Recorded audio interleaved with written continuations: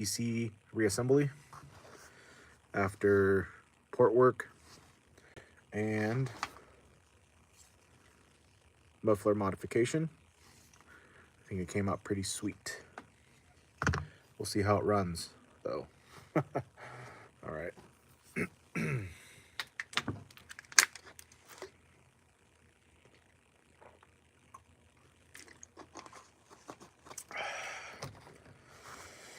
Alrighty.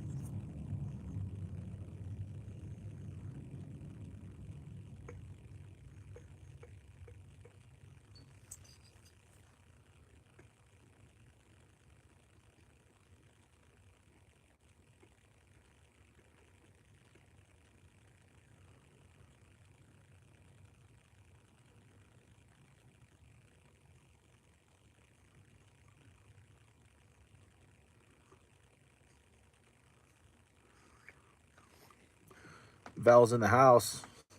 What up, Val? Hope you're doing well today. Happy Monday to everybody.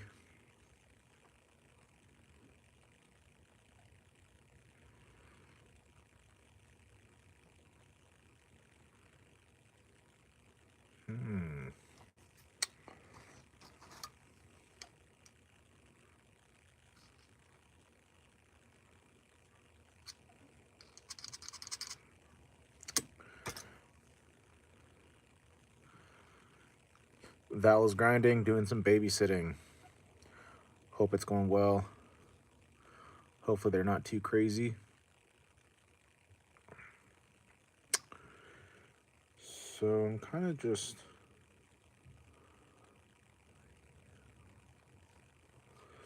So we just did some port work on this 151. This is for our customer and buddy Jason. But I feel like something is going on here.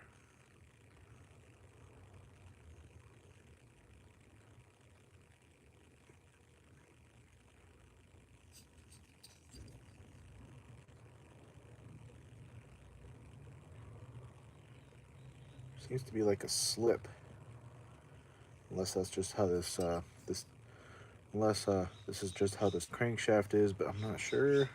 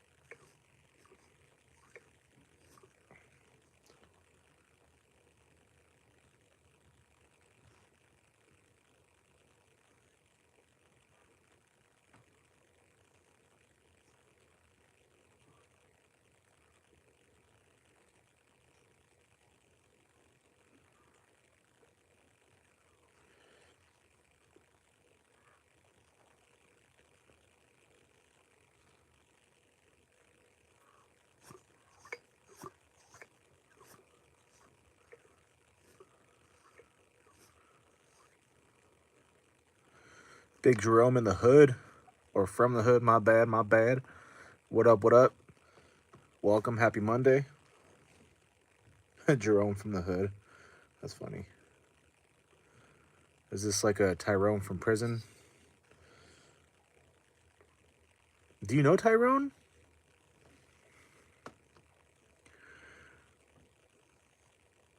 Okay, I don't know.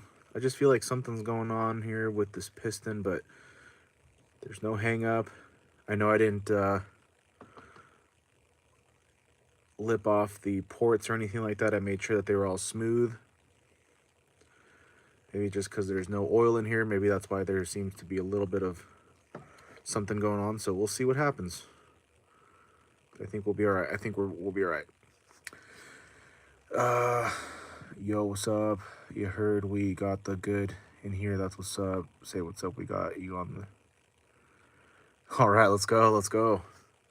Well, happy Monday to everybody.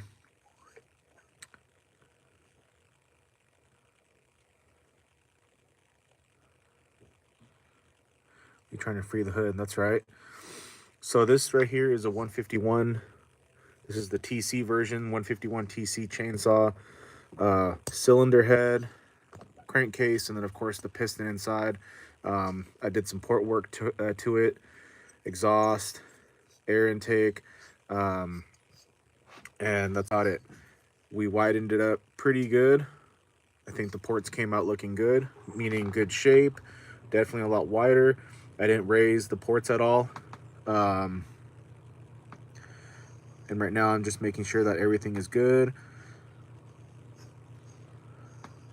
But it's just a little dry because so when I put the cylinder head over, when I remount the cylinder head over the piston, I usually hit it with a little bit of oil inside, and then just for easier time getting it over the piston. But this one, it went in really good, really easy.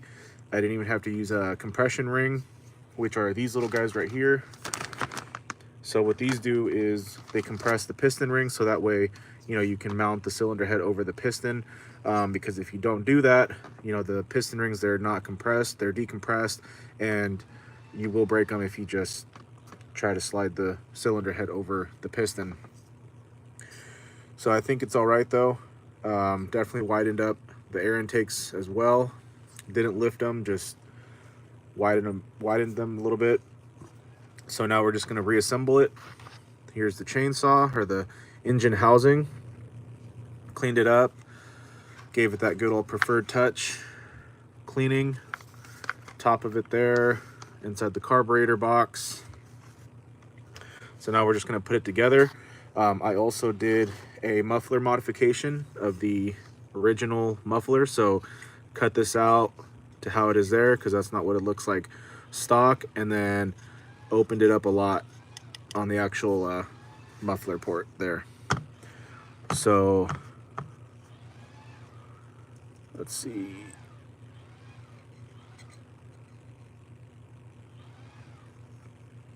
Shout out to Jerome getting down on the barbecue pit. He's got a plate for me. You know what? We're closing up and we're heading out. So, and I'm just kidding. Maybe next time. Who knows? You never know. Shivam, do you make guns? I do not. It'd be kind of cool though, but no, I don't. All right. So let's go ahead and get this reassembly. I'm going to take it slow just because I haven't done one of these before. This is my first time, but should be all right. Just got to be a little patient. So this is for sure going to go in here like this. Oh, you know what? I need to put this on the oil pump, or let me see. Okay, that goes in like so. All right, cool.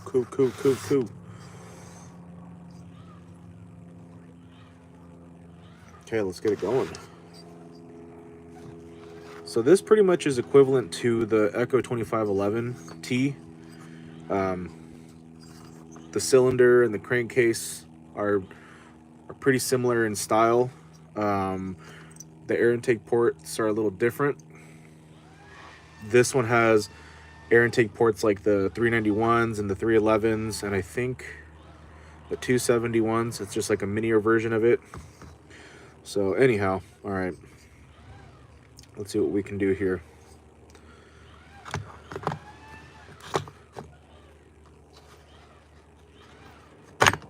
All right, well, we're off to a good start.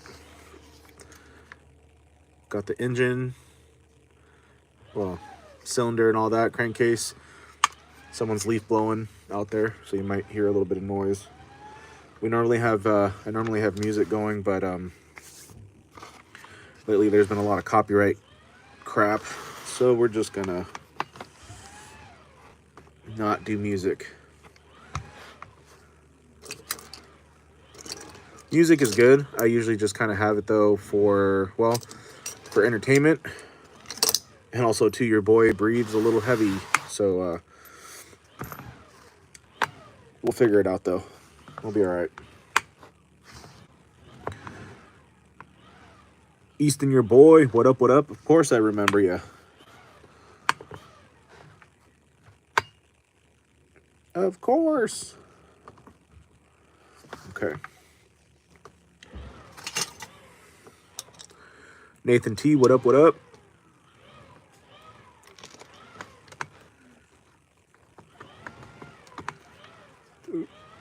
So the only thing that's going to hang us up here from test running it, I mean, I'm still going to try to fire it up and see what it does. Not on live because I have to go off site to do the testing, just because it sounds kind of funny because we're saw builders here, but where I live, it's just not a possibility. It's just not a thing. So I go off site to do all testing, but the reason why it's not going to be ideal to even test it right, well, should still see what it does, but I need to remove the limiter caps off of the carburetor, but this one has the good old special steel limiter caps that you do need a special tool unless I'm going to be doing some like fabrication work, but it's probably just better to get the steel tool to remove the limiter caps. Not all limiter caps require special tools, but these ones unfortunately do. But it's all good in the hood. Right, Jerome?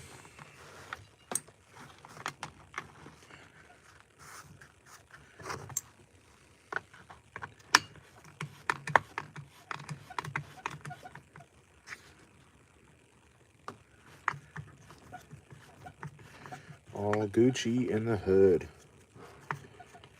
I'd rather spend a little money, a few bucks extra, and get the proper quote-unquote tools than damage anything, and then probably end up having to spend more money to fix whatever we ruined.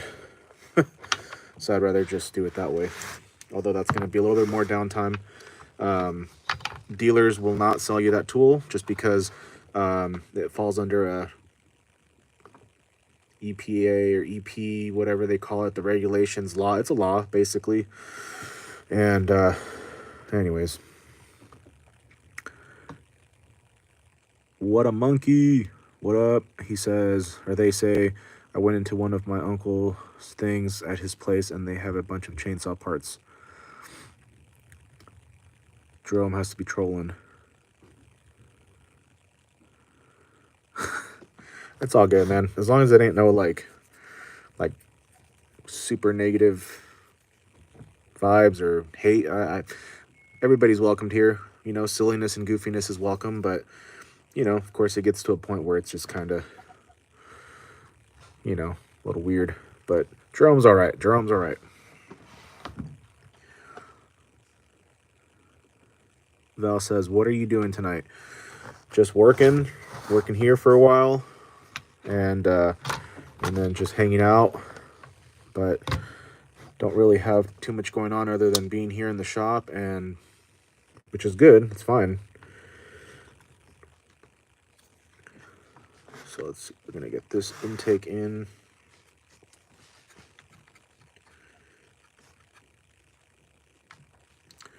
Let's see, where are the screws? Where are the screws?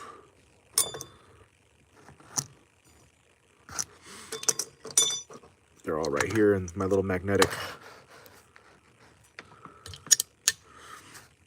Alrighty, Val, have a good day. Hope you have a good rest of your time babysitting. I know it gets kind of crazy though. I'm sure it does. Okay. These are for the exhaust. These are for the oil pump, I'm sure. Right? I'm all like, right? He doesn't know what he's doing. Listen, people.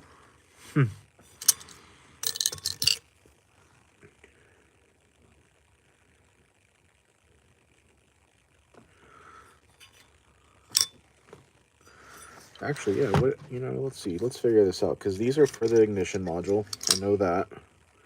So ignition module.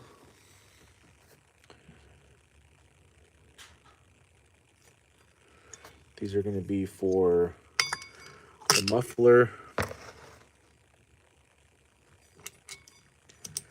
And then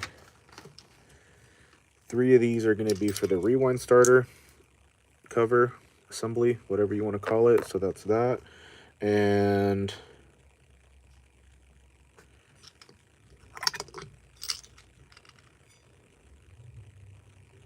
these are going to be for the other side of the crankcase. So then these must be the ones for the oil pump then. Oh, I'm such a dummy. I'm a dummy, guys. I had the oil pump screw inside the oil pump already. All right. Cool. All right. We straight, we straight. So then these are the ones for the intake. Okay.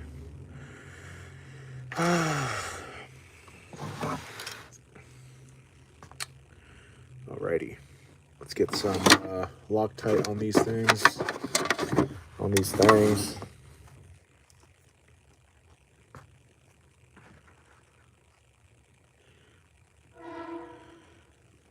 Jerome in the house. Jerome in the house.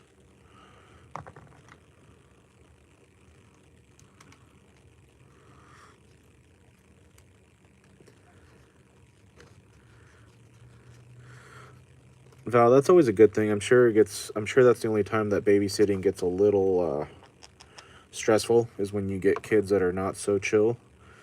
Which, hey, I mean, kids are kids. Adults cannot be so chill also. Or aren't always chill either. All right. No chill, no chill, no chill, no chill. No chill, no chill.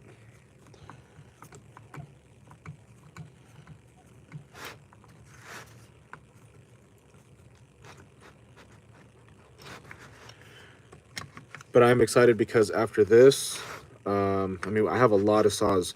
So between the 29th of November and this last Friday, I got 16 saws in, or we got 16. I say we because this is our shop, like our channel here. But so it's kind of crunch time right now.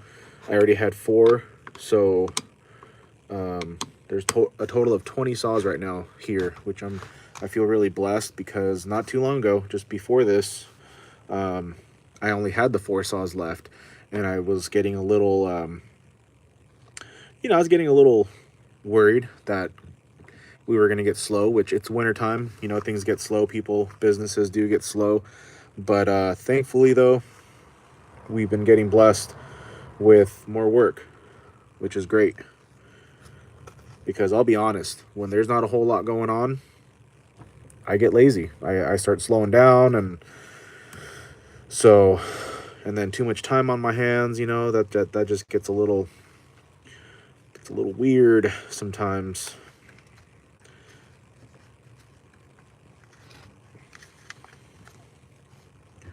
Let's see. How's this thing gonna go? So we're gonna go like so. Yeah. Okay.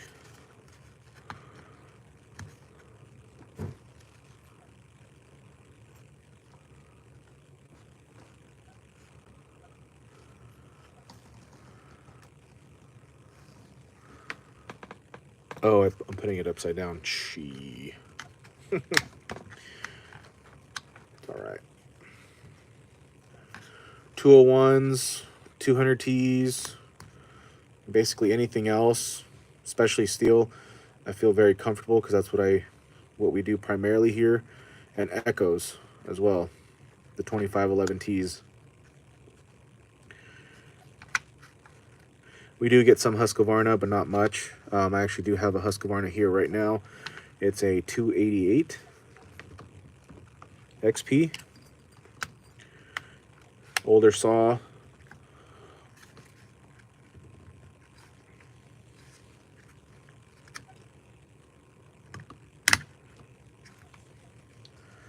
No chill, no chill, no chill, no chill, no chill. Anybody trying to finna help a brother out? That's what's up. Taking donations for the hood. Everybody heard? You heard? Guys, help Jerome out. Jerome, I like your style. You're all right, man. You're all right. You're all right.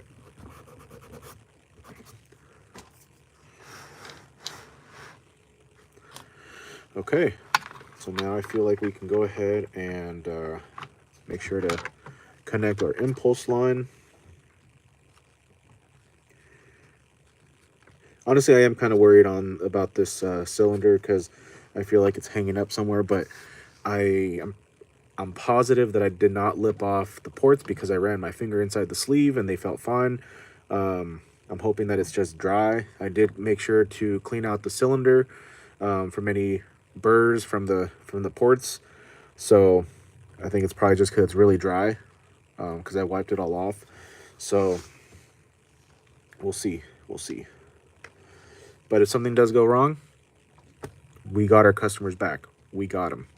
So basically, worst case scenario, something gets damaged, piston, cylinder, we'll be here to help. But I know I should probably have a little more faith, but I got to be honest. I'm just being honest. That's how I feel right now. But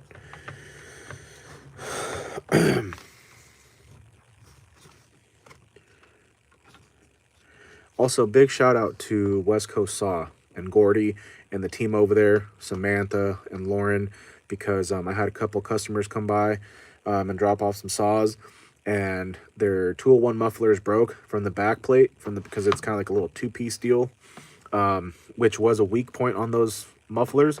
Other than that, very great mufflers for the 201s. Their 2511 mufflers are good, but talking about the 201s, it is a weak point on those, but since then they have made improvements. Gordy has made improvements and has made them thicker and stronger. And so my point was, shout out to West Coast, Gordy, and the whole team for helping us get new replacements for our customers. So those will be shipped out. They said Wednesday, but you know, they're really busy. But either way, the point is they helped us out. And yeah, that's pretty much it. So if anybody has those 201 mufflers and they do break from the back plate, don't be discouraged. There is a solution. If you've bought the 201 mufflers directly from West Coast, they have sent out emails to everybody, like just like as a buyer notice that if something does happen, they will take care of you. And either way, they seem to do a really good job at standing by their product. So just wanted to throw that out there. So pretty awesome that they do that. That's what I think. That's what I feel like.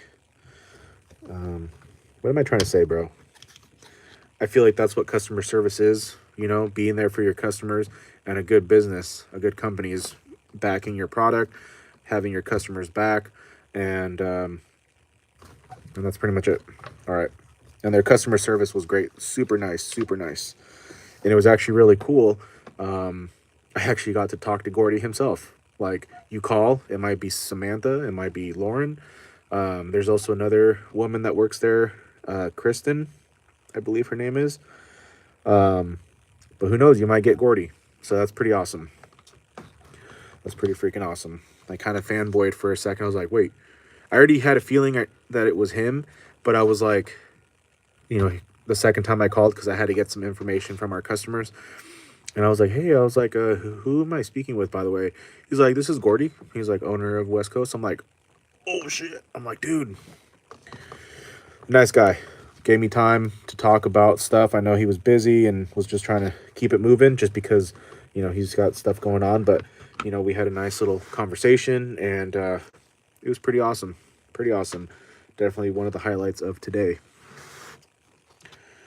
So anyways, enough of that. Enough of that. Mumbo jumbo.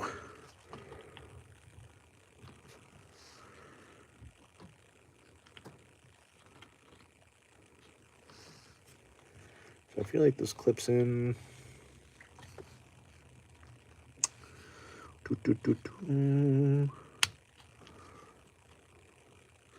Okay, so this has to go in here somewhere.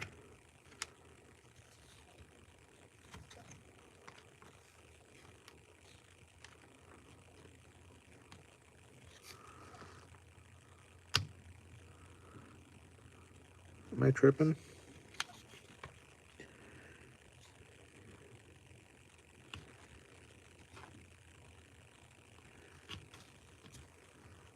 Oh, I see. Okay. There we go. Okay. Cool. Like I said, I'm going a little slow, but that's just because I've never... I mean, it's all pretty much... I didn't really have to disassemble it too much, but especially when I'm working on saws that I don't really do too much, I really do my best to take my time and just focus on where things go, and so that way for the next time, it's a little easier.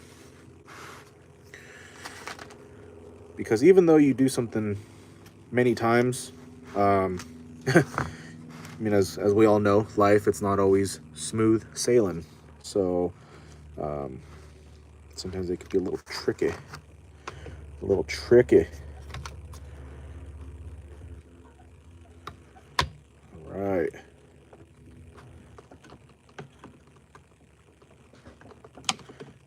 Right now I'm putting in the boot, or the baffle, intake baffle, or the boot, whatever you would like to call it. I think it's called a baffle, but you don't need to get all technical.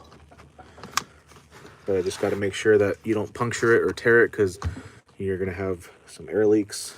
So just pushing it through here, and that's pretty much what holds the handle for the most part, besides the AV mounts, which, speaking of, I should have put those in. Should have put that in first. Well, yeah, I probably should have put that in first. Oh.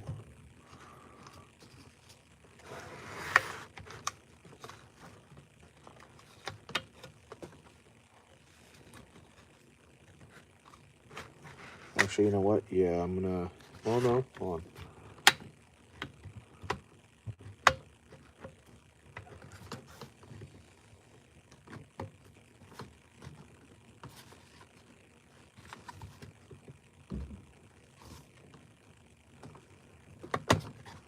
Okay, so before you put the baffle in, probably should put this mount in. I was able to push it on enough to slide it into the groove, but that was a risk. Okay, but so put your AV in first, and then put your boot in. This one down here just slides in. He said, what? Settle down, people.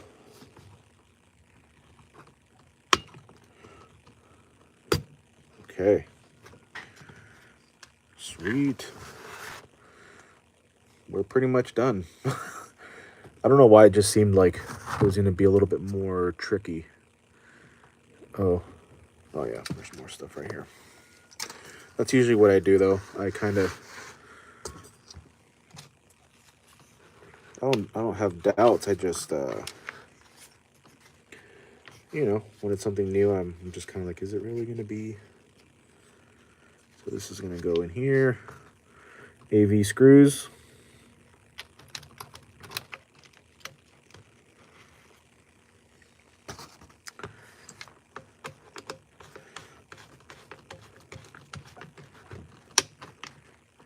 Make sure not to over tighten anything. A good hand snug is all you need, especially when you're going into metal or into the cylinder and you're using Loctite. You don't need to crank down on it too much, because the Loctite should help seal it and lock it in. Now let's go into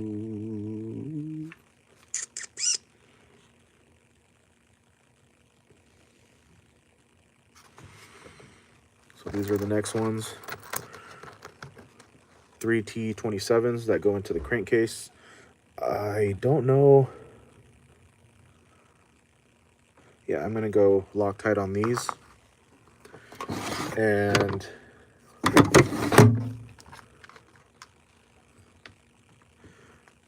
nothing against the blue Loctite. I just for power equipment, anything that has a lot of vibration, I just skip the blue Loctite and I go straight into the red. It's the heavier duty, and it's just a lot easier to apply. It's not as runny as the blue. It's more like a gel consistency, and yeah, it works out well. I saw Big Husky in the house. Dude, he got his 450 in. Let's go. Fire that bitch up, man. Liam, I know you don't like the cussing, but fire that bitch up, man. You should try to fire it up. Well, check your cylinder and your piston first and see what it looks like. He says it doesn't run. Well, ain't that about a bee's knee? Sounds like it's time to do some work and figure out what's going on.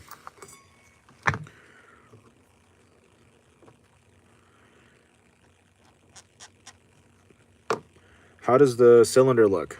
Does it have scoring? Does it have anything? Because if it's clean and the piston is good on the muffler side and just in general, and there's no scoring, there's a good chance that maybe it's just carburetor related, or maybe it doesn't have spark, which that could be from a damaged spark plug or a faulty ignition module. All pretty simple to check though. I think you'll be able to figure it out. Well, no, I don't think. I know you'll be able to figure it out. Believe me, if I can work on these things, you can work on these things. Anybody can.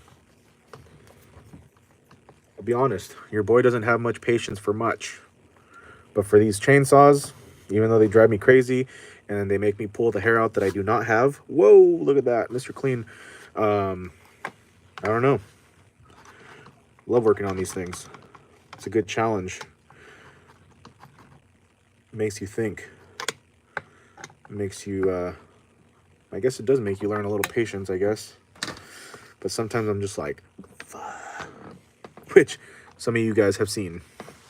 It's true, though. Hey, it's true. I mean, I got no reason to lie to you. Oh, I see where I goofed. So I should have installed the ignition module first, which I told myself I was going to do that. Why? Because it routes behind the housing here, and I don't think I'm going to be able to slide in the, yeah,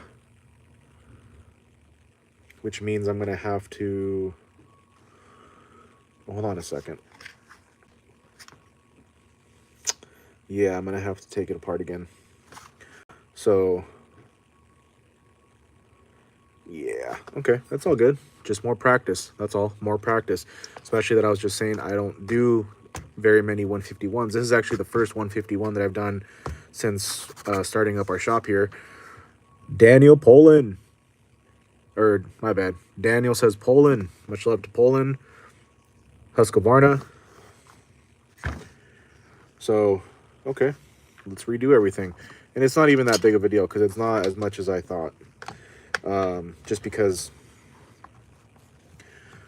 you know, like when you do something for the first time, it seems like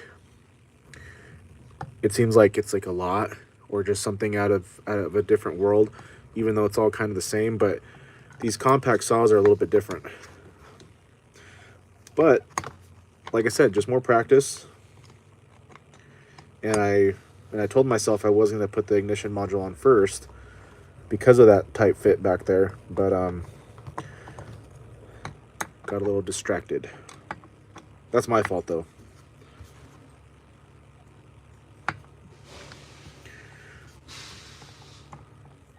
Well, obviously it's my fault. Can't be yours. Okay. So 1, 2, and 3. Let's go ahead and, yeah, I am gonna have to remove the handle again because I have to take that baffle out. Okay, yeah, we're just gonna tear it down, and then it's all good, because really after this there's not much left to do other than put the rewind starter on, the oil pump, the little cover that covers up the oil pump and everything, and then the muffler. I actually do need to clean up the plastics a little bit, just because I like to clean things up a little bit. Because even though obviously we do stuff to the chainsaws, you know, it's a nice feeling when your saw looks clean and it looks a little different compared to most other places like shops, where even though you know they did repairs to it or whatever, it pretty much still looks the same because they don't bother cleaning it, which is fine because it does take time. And of course you have to charge labor for all that. And I don't charge additional labor for cleaning. It's all part of the service. So whatever it's here for, it's going to get a cleaning no matter what. Unless the saw specifically comes in just for cleaning. Then, you know, we will charge a little bit. But we do a really good job at cleaning the saws here. So, not to sound full of crap.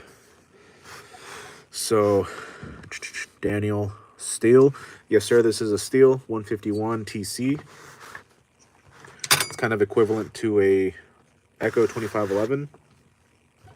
Although I think the 2511s kind of run circles around these. But we'll see how this one does with the porting. Really nice muffler mod. It came out great. Again, not to sound full of myself, but this muffler came out amazing. It looks freaking cool. Cut it out right here to shape. Opened it up, and actually I'll show you guys when we go to install it. I'll show you guys how it came out compared to how it was. Super restricted. Tiny little port. Tiny. And what else do we need to do? Okay, that's pretty much it. So, slide this thing out. He said what? Settle down, people.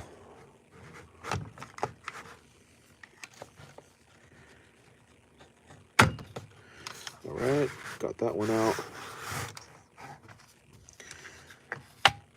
Got this one out.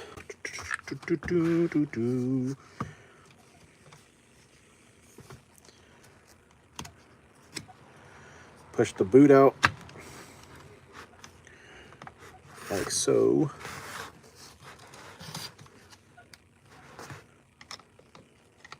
Let's pull this out a little more.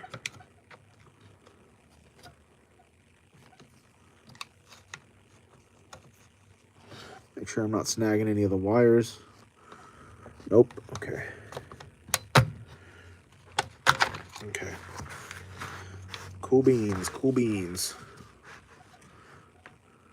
Dude, I just popped off. What?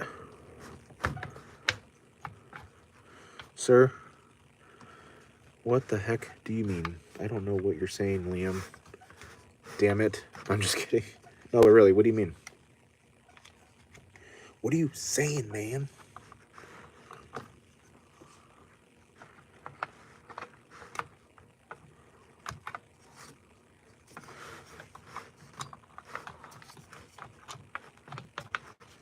Okay, so look. All we gotta do is carefully move this out of the way.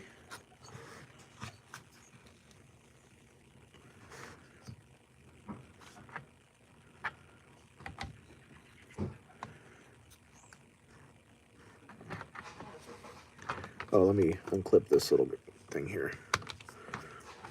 There we are. And you know what? Just so I don't damage this impulse line, because it's nice because it's soft, so that means it's not getting all dried up yet. I mean, it's a really nice condition saw anyways, but just for safety, we're gonna pull it off. This I'm gonna just slide out this way. The Husqvarna just popped off. Oh, you mean it like, okay, it popped. That's a good thing.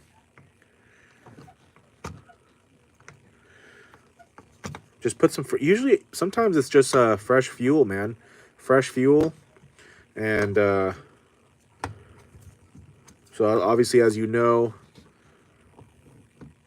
full choke until it pops or turns over. And then just hit it into a half choke position if it has it. And then if everything is good, it should just go from there. But if you start having bogging issues or it has trouble staying on, it could be a metering diaphragm issue, could be a carburetor issue, assuming that all your lines are good and nothing's clogged or your fuel filter is not all clogged up. But it should give you an idea of what's going on. All right, there we are. See, so the ignition module wire goes this way. That's where your boot is. So let's go ahead and put that on.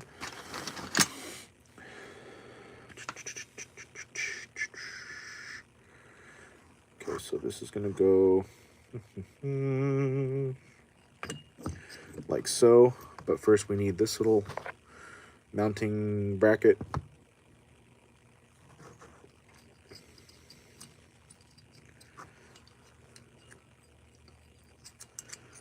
I think it goes this way.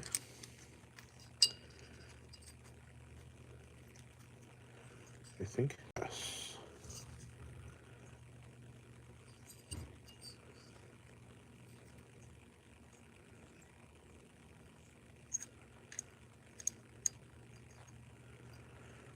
Tricky little thing here.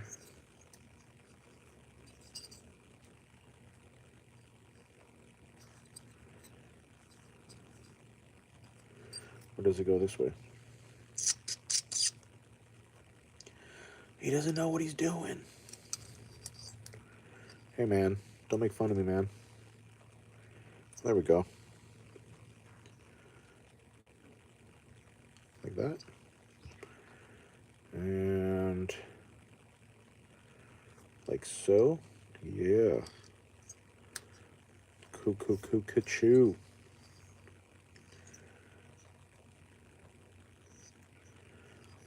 Sweet. These ones I'm also going to put Loctite because these do go into the cylinder, or the little bracket that goes into the cylinder. So I'm going to put Loctite on these, especially that there's a lot of there's magnetic force. Listen to me talking all grown. Magnetic force. He doesn't know anything.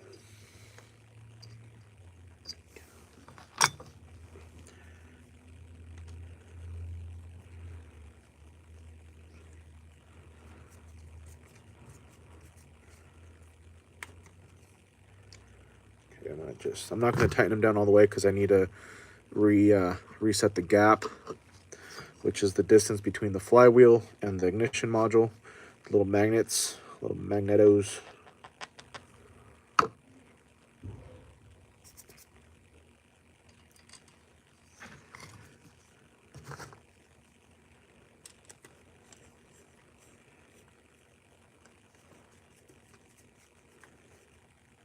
Okay.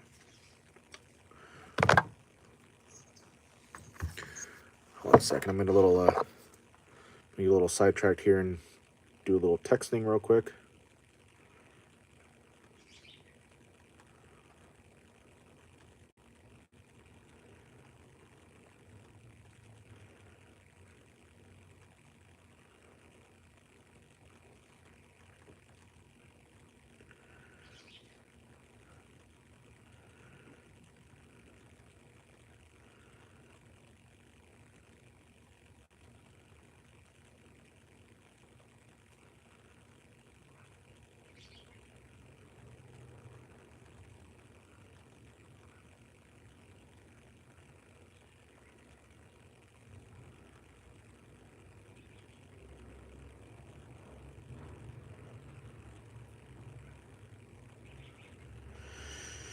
Okay.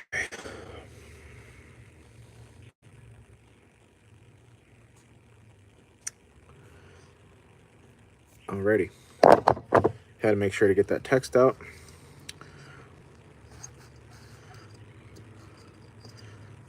Texting a gal all of a sudden here. And I promise she's real. I think.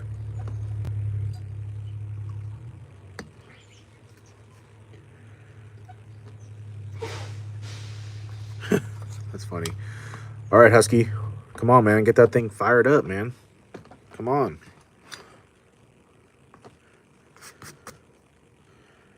There's a famous line that Bubbles from Trailer Park Boy says when he's working on the shopping cart, getting the wheels off.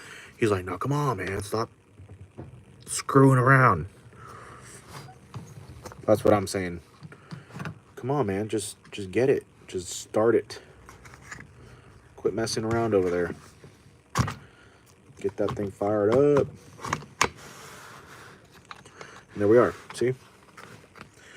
Pretty tight squeeze back there. But that's how it goes. There's the boot and the cable. So there we are. Alrighty, ready. So first I'm actually gonna make sure I'm not damaging those wires.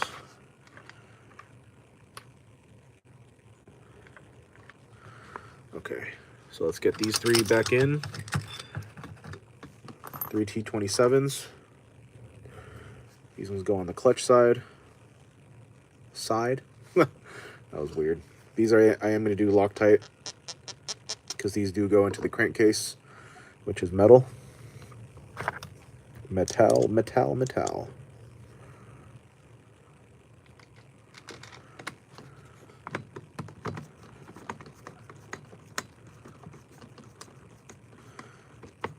Husqvarna says, I don't think I connected the gas line. Well, I know what the problem is. It ain't got no gas in it. It ain't got no gas, man. Hey, don't get down on yourself because you know what? Not that you are. I tend to do that sometimes. I just did that to my buddy's 200T. Went out to do testing. Brand new everything. Ignition module, carburetor. And that thing was not starting. I was like, what the hell? It was literally gushing gas everywhere. I couldn't figure it out until I finally started disassembling everything.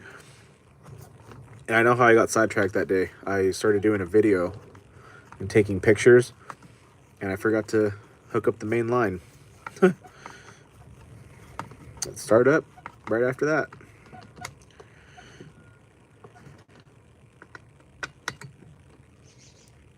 Okay, a good hand snug on those. Last one.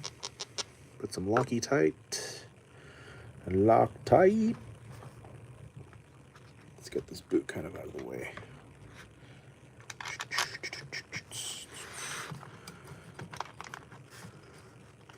Got a lot of saws to work on. I'm blessed. I feel good. It's a lot of work, but I mainly have inspections to do right now. And then, oh, in other news, so some of you might remember the 200T that I've been fussing with. I retested the seals. Came to find out that the flywheel side oil seal I damaged it on the installation because it's those Bakelite seals, and they're very fragile. Seals in general are really fragile, but those are even more fragile, and I must have tapped it a little too hard. And the clutch side oil seal is fine, but the flywheel side is not. If I can manage to reinstall the seals without damaging, that saw will be done finally, because it has new carburetor. What else did we do? New piston. It's a really nice saw, but I damaged it. So I found so I'm not going to put Bakelights in.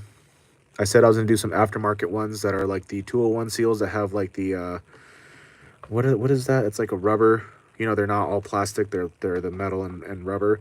But I ended up finding, after searching on some forums, the part number for OEM, the metal, like, I don't know if I could show you guys if I have,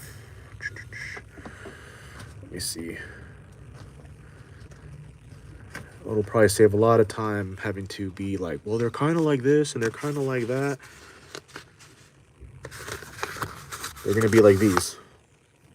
So they're still fragile. You still have to be very careful, because the metal lip is very fragile and thin, so it's easy to bend going in. But we're going to use our heat gun and really take our time.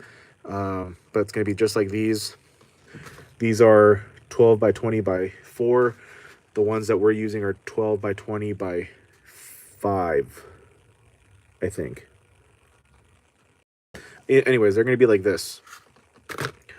So, and I do know that they're going to work out, because the person on the forum said that they worked and everything, as long as we don't damage them on the install. So, anyhow, which I'm pretty sure that's what happened to the 201 that I also did oil seals on. That same style, I probably bent the lip inside, so now there's a leak because it's acting up the same way as the 200T,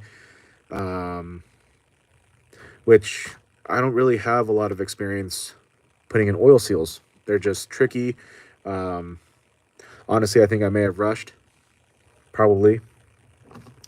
Maybe tapped it a little too hard. He said, what? Relax, people. You guys need to chill, man. I'm kidding. Down the line in the house. What time you got there, mate? It's 22:41 here.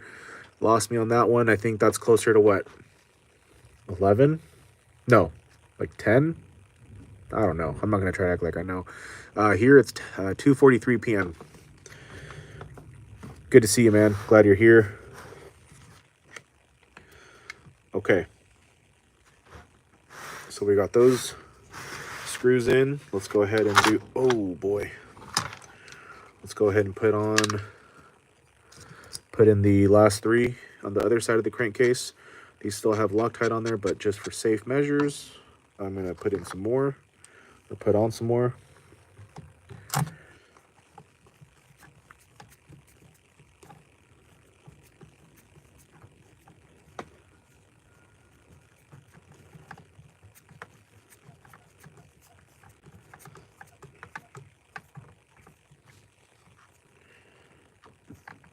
Okay, we'll go ahead and do a good hand snug after we get them all in. Man, I got the burps right now. And I promise I ain't drinking, other than water.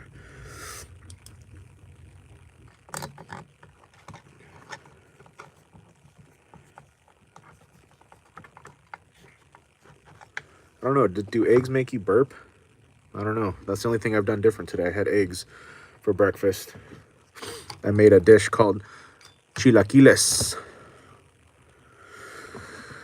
Liam says it just ran. So wait, are we running then? Are we ripping? What's going on over there? Post videos, man, or else it didn't happen. Not true.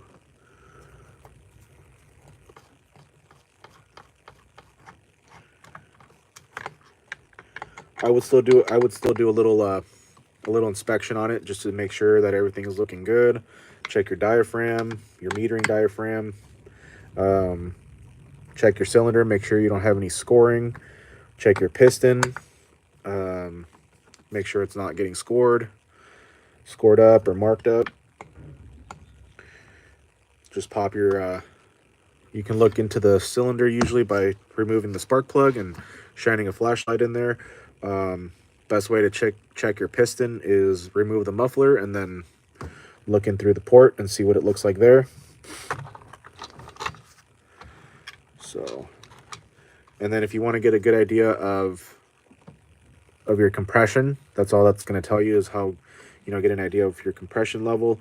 You can do the hang test, or you can hook up a compression gauge and do it that way. But if it's starting up and it's running and it feels good, compression's good enough to run. Okay.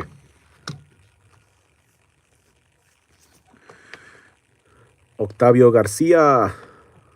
Buenas tardes, buenas tardes. Hello, hello. Currently, yes, I just work on 2-cycle. I can work on weed eaters, pole saws. I don't do lawnmowers. I don't do generators. I do get the occasional leaf blower here, just for general service cleaning.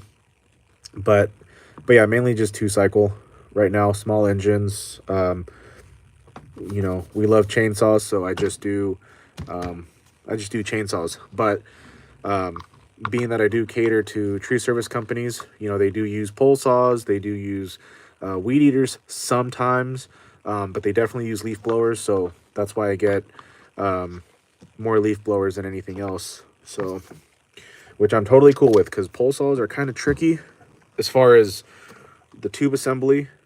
The engines are all kind of the same. Leaf blowers, so for steel, they do a 4-cycle, 2-cycle, which is weird. It's like a hybrid. So the only thing that changes is that it has valves, and every now and then you have to, you know, readjust the readjust the valves, set the clearance. But everything else pretty much works the same. The timing of the valves too, it's a little tricky. I've only done that a few times. Well, a couple times actually. Well, one time. And but yeah, I'm totally good with that.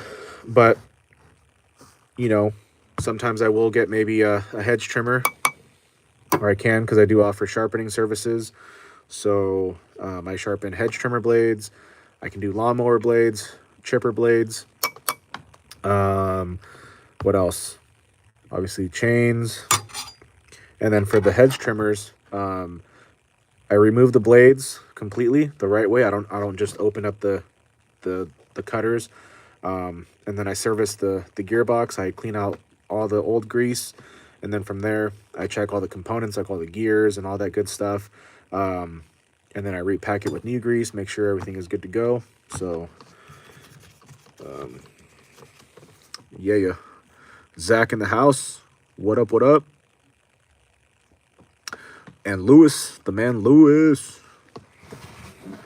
Dude, I'm excited that you're getting that farm boss. So like I was saying, is it an actual farm boss or is it a wood boss? But I'm sure you know what you're reading on the label. I mean, farm boss, I'm guessing it's a, because it almost looks like an 028 just from the side view that you posted on your video, or in the video. It looks like an 028, but if it says farm boss, it's a farm boss. But either way, I'll do some research tonight and see what I can find on that. Your shops, Zach says your shop really clean. It's okay. Right now, it's not too bad. Right now, it's not too bad. All right, Zach. Much love to you, man. Thank you for popping in for a little bit. Husqvarna says, I found the problem. So what's the verdict, sir? What's the verdict? Octavio says, here in California, they're starting to get rid of small engines. That is true. So for chainsaws, anything under 45cc will not be sold in California. So for steels, that's all the top handles, these 151s, the 201s, the 194s, up to the 250s. Anything from the 250 and up will still be sold in California. I'm sure they're trying to work on getting rid of those too. Husqvarna, same thing. All top handles, up to the, I don't really know too many Husqvarna models other than like the 450 Ranchers. And basically anything under a 40, well, the 45cc won't be sold in California. All line trimmers are going, all hedge trimmers are going. From what I understand, all leaf blowers are going. Although I heard from the buddies at at the shop that I go to get parts. Unfortunately, they're closing down though. Is that for a short time they were allowing certain machines to come back, like certain leaf blowers, certain weed eaters. The only weed eater that you're going to be able to find here in California is, for steel at least, it's going to be the new 251. It's sold as a brush cutter, so you're going to get the brush cutting disc and all that, because that's like a 41 point something cc. So besides chainsaws, anything under 40 cc is gone. So trimmers, blowers, generators, and bigger equipment like lawnmowers and things like that, they don't want anything under 23 horsepower, which is kind of crazy. So like the Toro time cutter lawnmowers, those are 23 horsepower, those are gone. Yeah, it's getting pretty tricky. Down the line says, why don't you show? So the reason I don't is because right now where I live, I actually can't run anything here just because of rules and HOA, and a little more than that, I'm actually not even supposed to be living here because I'm not 55 or older. I live here with my grandparents. I do test everything, but it's off site. I do show running videos, but I have a couple videos I think on here where I do cut. But yeah, that's the only thing right now, is that it's a work in progress. That's the goal, to have a little space where we can do more running videos and cutting, because we love all that, man. That's what we do, you know. But unfortunately, I don't get to show a lot of that here. But one day, just got to keep working at it. I do have a property that I go out to. It's my buddy's, but he's been really busy. He's a climber, and right now he's been really busy, so we haven't had time to go out there. So I just take a walk out of the mobile home park, because that's where we live, and there's like some train tracks and a back street over there, and I just go over there to turn it on and and run it, just to make sure it's not going to blow up or anything. So, but that is the goal, to have more running videos and things like that, and it'll come all in good time, and some patience on my part. Gotta work harder. So soon. Okay, we got the boot back on. Now we can remount the handle, and we should be able to move on. Like I said, from here we don't have much left to go. Let me get that impulse line reinstalled, or reconnected, I should say. Bam. Let me get this little clip back in place. Bam. Okay.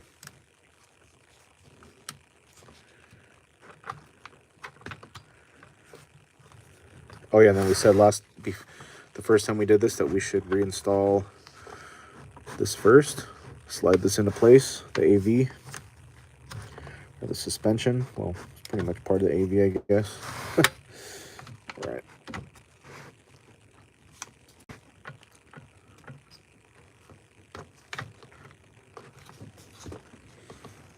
Don't break it.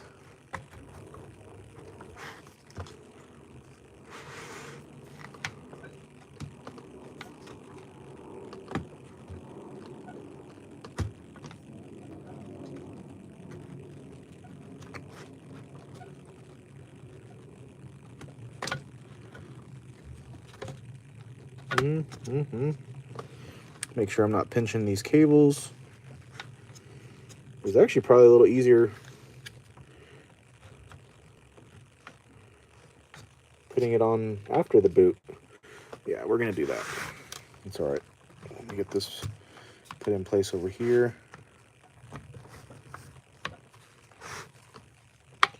Hold on a second. There we go. Okay, just a little finesse, that's all. Let's see. Sorry, Lewis, my bad. I'll try to find the serial number. Maybe I can look it up from there. Yes, you should be able to. If you have a steel dealer in your area and you do have the serial number, they should be able to look it up in the system. At least that's how we used to do it at the shop that I used to work at. Night Owl Recording Studio, hope you're feeling better. Thank you, I appreciate that.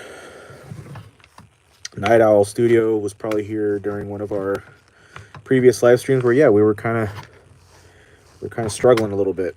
But yes, thankfully we are doing a lot better. I'm doing better. I appreciate you for asking. Need more people like you that actually check in and we're not just being weird. Anyways, but yes, doing a lot better, thank you. Oh, that's right, I need to put this boot. Okay, let's see. Actually, I might be able to just slide it back. I forgot about that little piece. Okay, 1 second here. Because there's this little thing here that goes in like so. Let's move that line out of the way. Boom. And yeah, actually, now that I know what I know about these 151s, it's not going to be as intimidating next time to get one because it's not too bad. It's actually pretty simple. Not that it was going to be impossible, but you guys know how it is doing something for the first time, but it's all pretty much give or take the same. Same concept, I guess. Okay.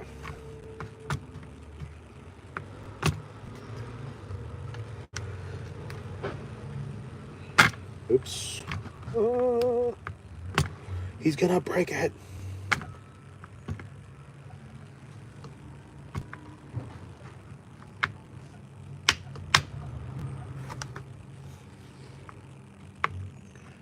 Come on.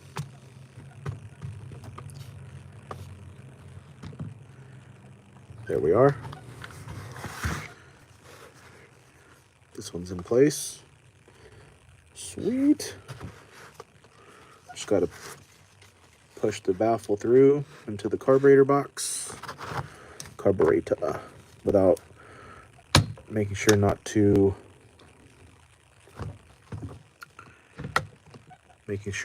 tear the boot or puncture it.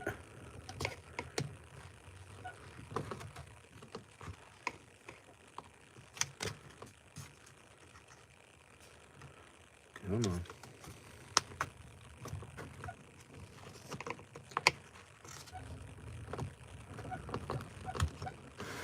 Oh, probably because of this. There we go. Ah, so this wasn't sitting in place, so I wasn't allowing the handle to sit flush. No wonder the baffle wasn't reaching. But either way, I gotta be careful, make sure that it doesn't puncture.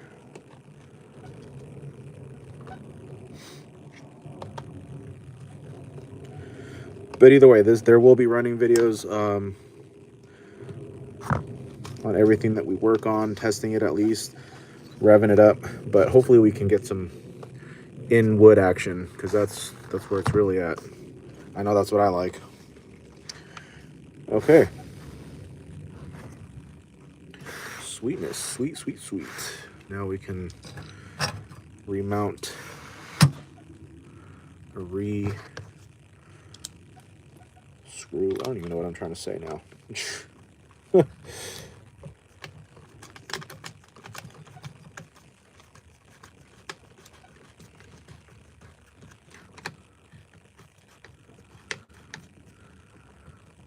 Paxson Official, what up, what up? Ramesh Blind Lifestyle, your language name? So my name is David. My name is David. My middle name's Anthony. Paxson Official, what up, what up? Lewis says, loving the hoodie and the hat. My friend, thank you. This one, I forget where I got it from. I think, so if anybody ever wants any steel merchandise, you can check out Steel Outfitters. They actually do sell merchandise, accessories. It changes from time to time. You know, like this hat, you know, eventually they, or at one point they sold it on their website. Or you can find a lot of gear on eBay. That's where I find a lot of stuff that's not being sold anymore, because most steel apparel is kind of exclusive in the sense that once it's gone, they don't always bring it back, or they don't always continue selling it. Like this hoodie, I don't think it's on, no, it's not on Steel Outfitters. I found it on eBay. But this one's getting pretty beat up just because it gets dirty. And so this is kind of my shop hoodie now. My nicer hoodie is my Timber Sports hoodie, my gray one. Sometimes you guys will see me wearing that. Matches the hat. This hat, I found it on eBay. It's the Timber Sports. It says "Kiss My Axe." It's kind of funny. I like it. But yeah, Steel Outfitters, or if you want to try to find some more like exclusive merch that's not being sold, eBay. That's the best. That's the best place to look. Okay. So this now, all we got to do now, install the oil pump. Oil pump. Let me just wipe this down real quick. Can't put an oil pump that's dirty on a clean saw. That'd be weird. That'd be weird, man. I think that's also how I started cleaning saws at the shop that I used to work at. I'd go to put on new parts, and it'd feel weird putting on new parts and putting it on a dirty area. And then I don't know. And I just started cleaning everything, and it looks good. It takes time, but I mean, I do it enough now where I can do it quicker, but then the good old OCD starts kicking in, and then there you go. But it works out. Okay. All right, oil pump is going in. Like so. Plastic oil pump. That's weird. Well, to me it's weird. I don't know why they would do plastic, but they did. Being that this is technically a... Well, I thought all top handles are considered professional use saws. But I would think they would put a regular oil pump on this thing, but... And this one I am going to put Loctite, because this does go into the crankcase, which is metal. And just to avoid any chances of screws coming loose and flying out, which I have had happen at least once or twice. Not a good look.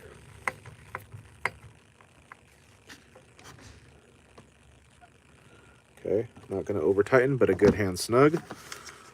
There's the oil pump. But yeah, we're pretty much there, guys. Little top cover. Let me route the cable here for the ignition module. Boom, boom, boom, boom.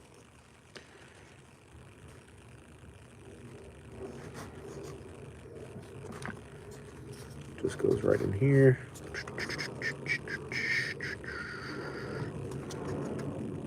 Plug it in. Cool beans. Cool beans, Mr. Bean.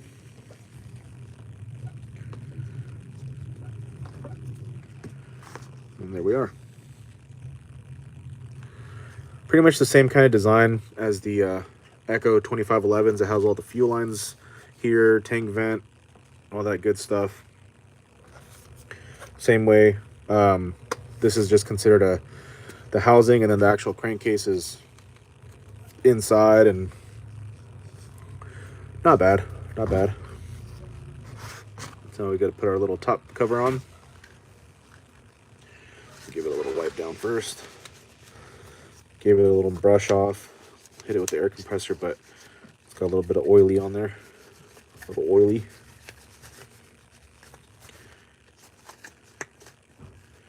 So yeah, we'll see what time those oil seals come in.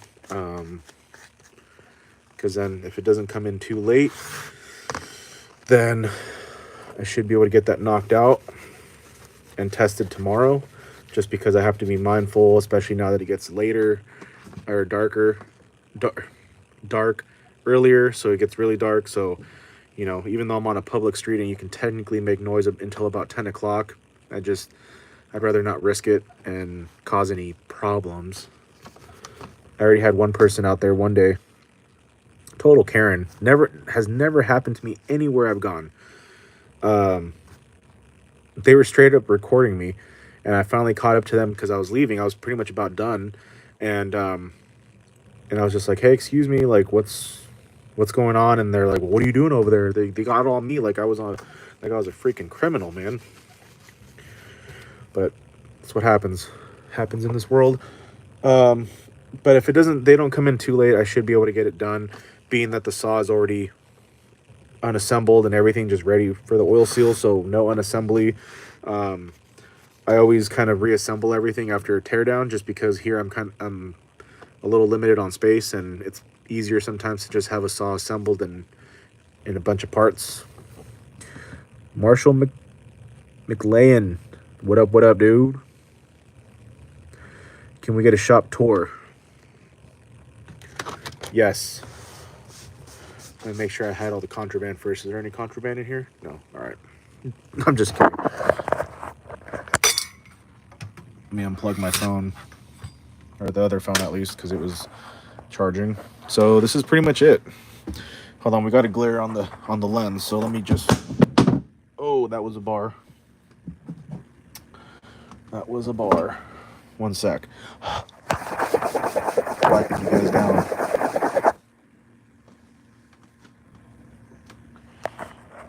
Okay. So this is the workbench. Tiny little workbench, but hey, it gets the job done. So everything in here is my grandfather's, as far as like the toolbox, but anything saw related, that's ours. Got some chains. These ones I got to sharpen. This is all parts holding, essentially brand new parts, but used parts. Those are all brand new back there in the steel bag. They're 500i parts. Customer saw parts. Those are 661 parts. Those are 044. Our holding area, these are all cylinders and pistons. Most of them are bad. This one's an 044 cylinder. That's from our latest teardown. This one's from our personal 2511 that I'm going to port. There is the piston and the crankcase. That right there is an 084 cylinder. Let me stand up. Stretch my legs for a second. That's an 084 cylinder. One of the mechanics at the shop that I used to work at gave that to me, so I worked on. That's where I started practicing how to clean up cylinder sleeves and porting. So I have to clean a little bit more off of the cylinder sleeve, but that's all just side project stuff that I don't really have the time for. A little bit of merchandise, or a little bit of inventory. West Coast saw stuff, some bars, spark plugs, some miscellaneous stuff. Another bar. This one I've modified to fit onto the 2511s. That's the only way to mount it onto the 2511s. That's our personal 2511. It's pretty much brand new. It doesn't even have 2 hours of runtime.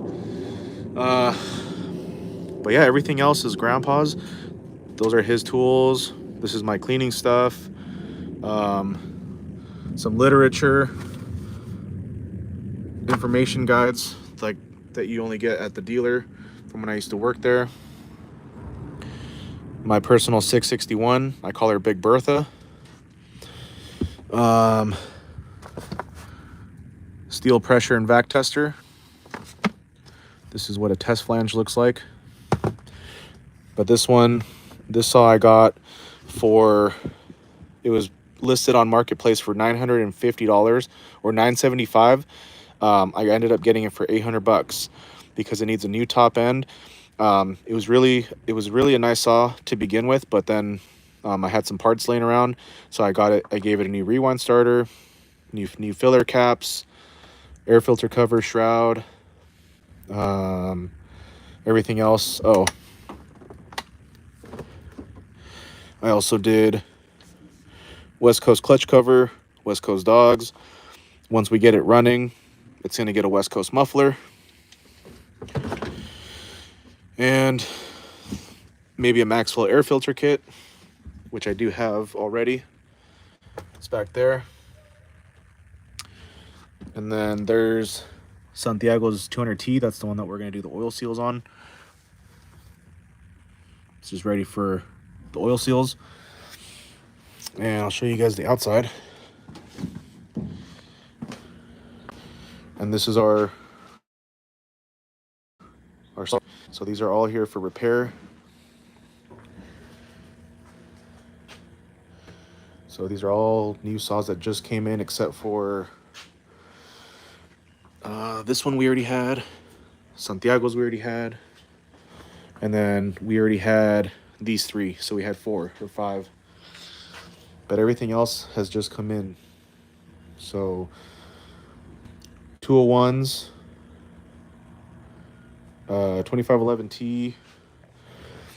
This one is a 660 bend piston and cylinder. This is the 044C. Also needs a new top end, piston and cylinder. 461. It's got the max flow kit. They got new oil seals, and then somehow the bolt off of the nut of the flywheel came off, and it sheared the threads. So now I have to figure out how to fix that. My buddy said that he may have an extra one at his house, an extra crankshaft, so it's turned into a lot more. 661 Amtronic version, also getting a new piston and cylinder. My personal Husqvarna 51.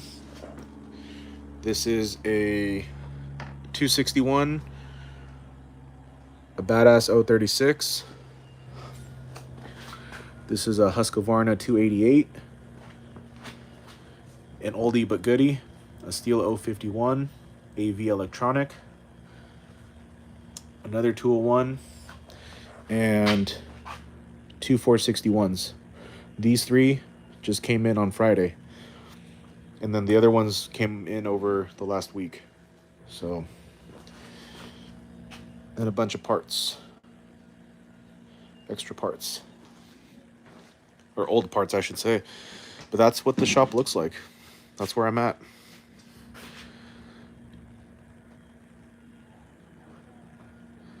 And then there's our air compressor station. But yeah, we getting it in Grandpa's shop. So yeah, guys, that's what we're doing.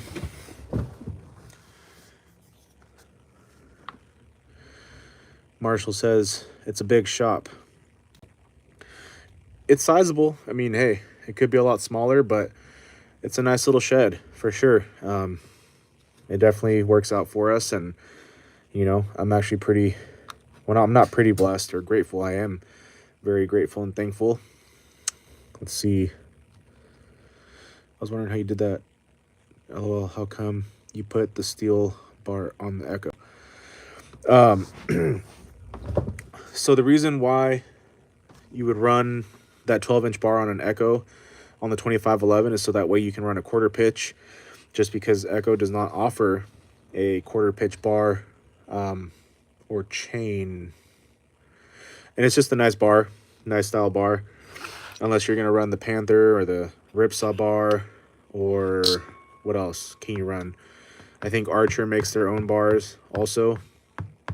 But yeah, just so you can run a quarter pitch.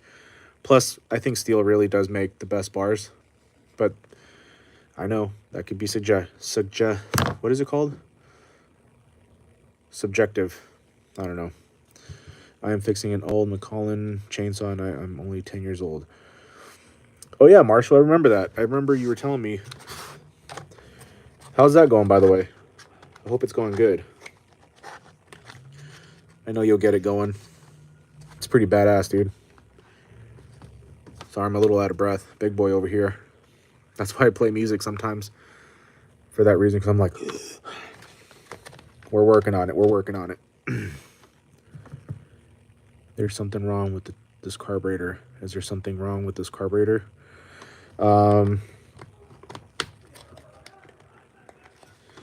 I would really start by checking the metering diaphragm. If it's all stiff and hard, get that replaced. They don't cost much. Because once those stiffen up, so basically what happens is the metering diaphragm, it all works under pressure. So all these are, you know, it's all under pressure. So what happens is that metering diaphragm, it moves up and down with the pressure. And so it meters how much fuel goes into the carburetor or out of the carburetor, but into the carburetor. And once they get all stiffened up, stiff and hard and brittle, just from fuel, that's what happens. It can no longer do that. So sometimes it'll cause flooding issues because it gets kind of stuck in like the open position. You'll have startup and running issues if it's or like issues with the saw staying on if it's in the closed off position because fuel can't get to it. So maybe check your metering diaphragm and see if that's all good. You could always also do a carb reset on it, just kind of reset it back to factory tune, and see if that helps, because sometimes people start adjusting the carburetors, and I'm not saying that they don't know what they're doing, because carburetor adjustments can be a little, tuning can be a little tricky, at least for me sometimes. But it could be just your metering diaphragm. Check your lines, make sure nothing's punctured or clogged or pinched. So ground pounder in the house. My friend, happy Monday. Thank you for popping in for a little bit. I know you're not here for a long time, but for a good time, right? I think I said it right. I don't even know. Anyways, hope you're doing well out there, man. Hope you're having a safe day. I don't even have to say I hope you're crushing it, because I already know you are. Or as we all said last time, literally crushing saws. At least that's what Aaron was saying last time. We were talking about you. Yes, sir. Killed lots of trees. The man killed a lot of trees today, but he's gonna be starting a lot of badass fires. The man can light a fire. For real. Beautiful fires, man. Some people are probably like, dude, it's just a fire. We like fire. We like fire. Fire. What's going on with this shites? Okay, we're good. We're good. There we go. Cool.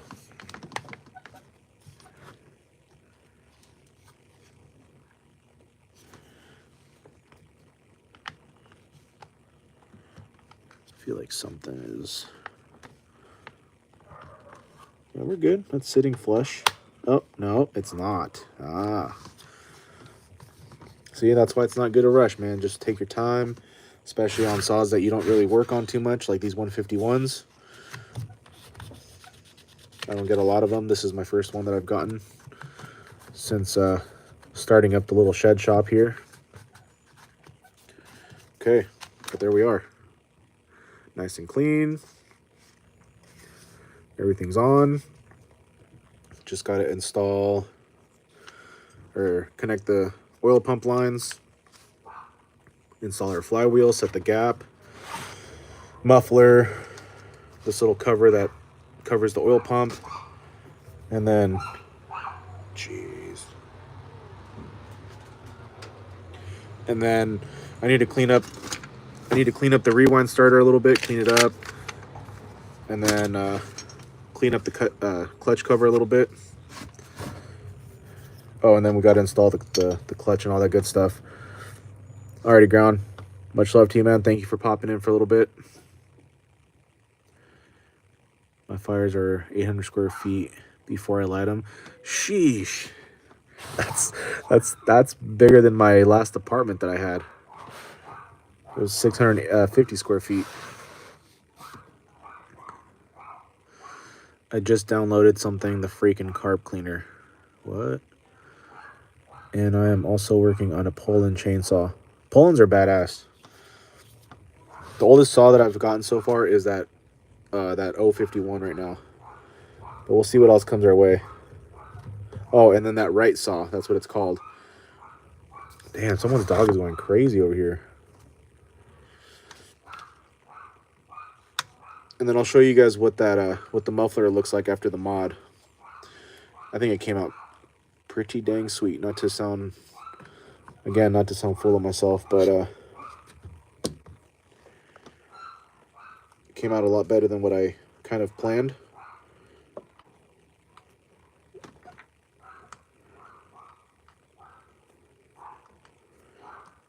So this is a senior community that I live in. And there's like no kids allowed, but the people got these yappy little dogs, man. It's like, and that's fine. Like, shh. Lewis, my bad. Oh, never mind. I thought you were talking to me. I felt bad, Lewis. I was like, dude, did I just ignore you like that? My bad. My bad. Okay. Oil pump lines are connected. Let's go ahead and put on our little cover here. Let me give it a little wipe down also. Just a quick little wipe down. Normally I would also hit it with our crock wipes. It's just a wet cloth wipe that's good on grease and everything, but I only have a couple left and this one doesn't need it. Although I do feel like those wipes give the plastics a nice little shine. I also need to buy more purple power because I'm pretty much out of that too. I use that to clean chains primarily, and sometimes sprockets or clutches depending, but I mainly just use it for chains until I get a parts washer again. Those parts washers are amazing. Amazing. Amazing. You guys ever seen the movie Grown Ups? Where he's always like, where Rob Schneider's like, Maze. Because he's always like, he's like a little hippie guy. All right.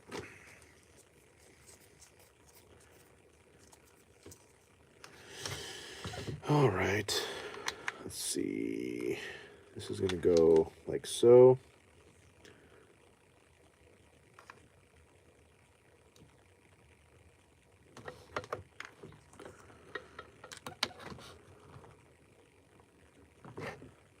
So there's one.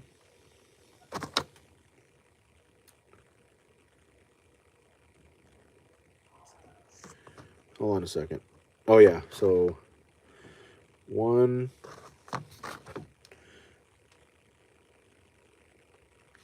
And then two. Okay, we're good, we're good, we're good. We Gucci, we Gucci.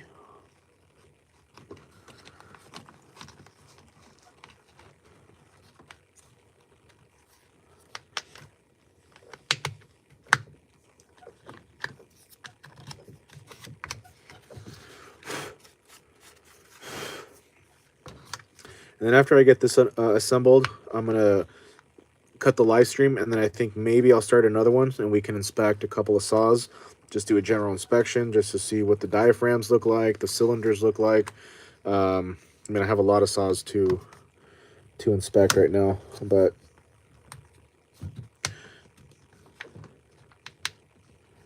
we'll see how it goes.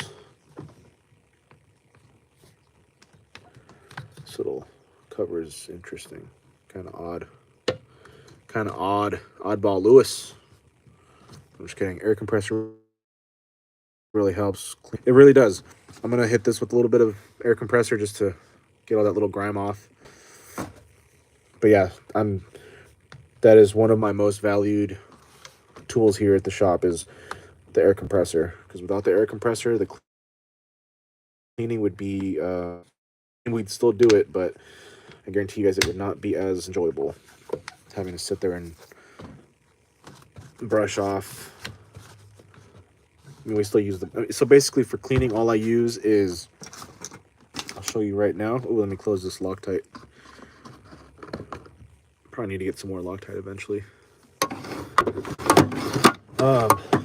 Literally all I use to clean the saws is a little flathead screwdriver, just for a little extra scraping area coverage, or area, or for extra scraping, and then a pick tool to scrape and to get into the little nooks and crannies, and a little stainless steel wire brush and the air compressor. And then I wipe everything down, and then I hit it with the crock wipe, which I'll show you guys a little later. Or you guys can look them up there. It's called a crock cloth. Really nice. They work really well. Really good on grease and grime and all that good stuff. Okay. And that's it. And they come out looking really fly. Okay, what's going on with this cover here? Let's see.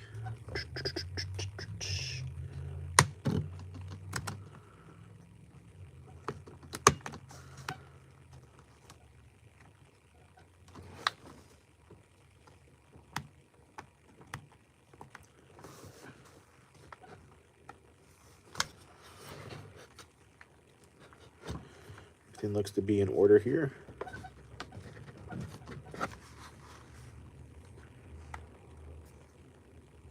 Actually, no, it's not. I lied. I am a liar. Got like a little groove right here where it slides into place.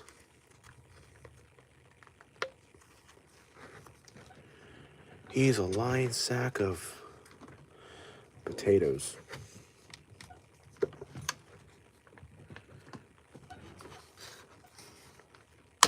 Oops, oops, oops.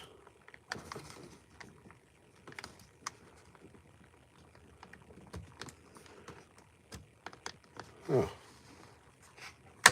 there we go. Just had to apply a little pressure. Pressure. He's gonna break it.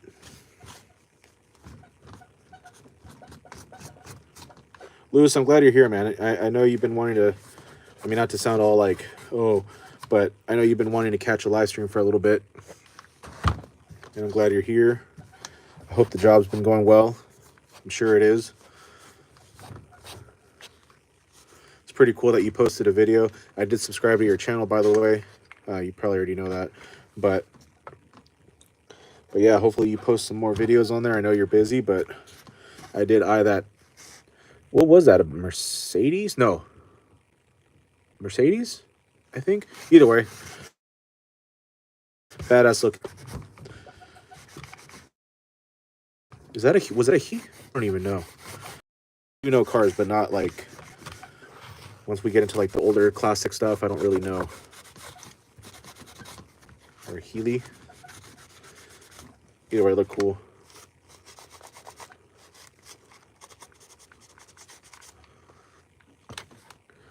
Yeah, the pick tools, I swear by them. It's they're my favorite. Especially the one that has the little, where'd I put it? Did I put it away? Oh, it's right here. Yeah, I really use this one right here the most. The one with the little curve to it. Everybody likes a little curve. He said what? All right, anyways. Weird. All right. Let's get those screws in. So these are little tiny T20s. No, T25s? I don't even know anymore. It's all right.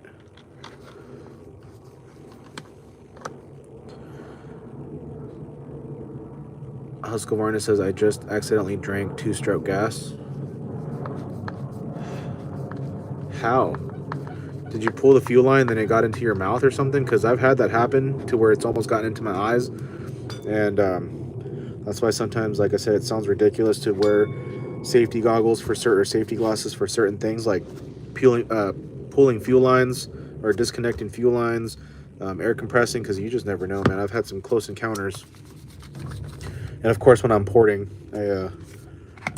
I wear safety goggles, safety spectacles. Okay, what's going on here? There we are. There we are.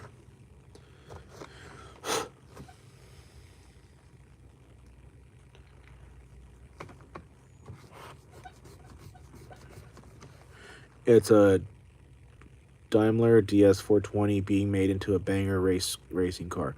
Hell yeah, dude. I like the model DS420. Sheesh. Good little 420 twin. All right.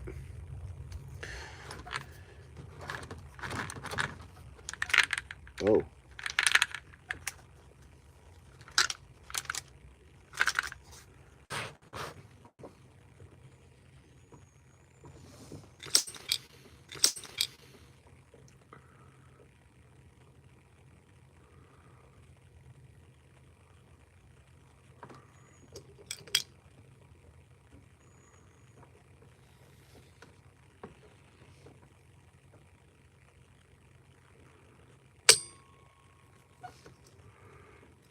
I'm a little confused.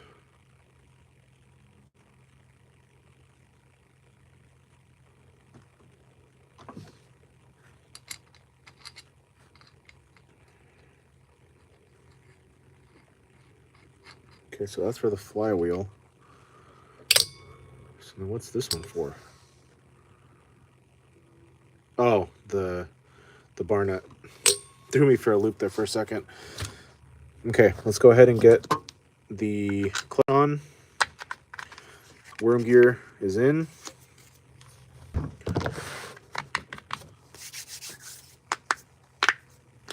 Ooh, that sounds good. That felt good.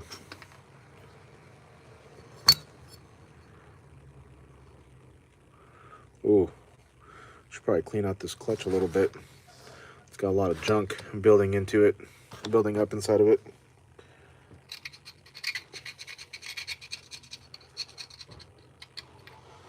Yeah, a lot of grime build up in there. So let's just go ahead and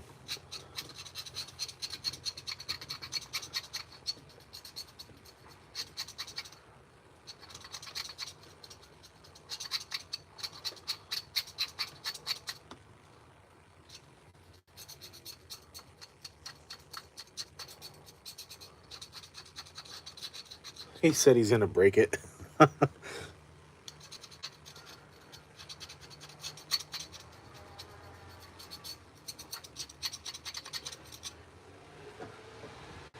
It's like when Paul Walker was like, when he pulled up with Dom's 9-second car, it was that beat up 2JZ or, you know, Supra, and he's like, what? He's like, that piece of crap? He's like, no faith. Come on, Lewis, no faith, man. Husky's gonna get that thing ripping.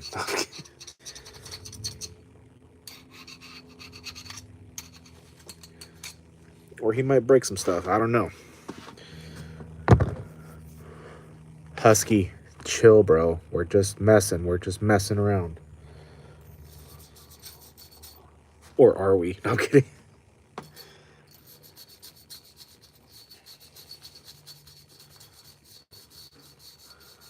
But yeah, pick tools and these wire brushes, my favorite. Must. They're a must.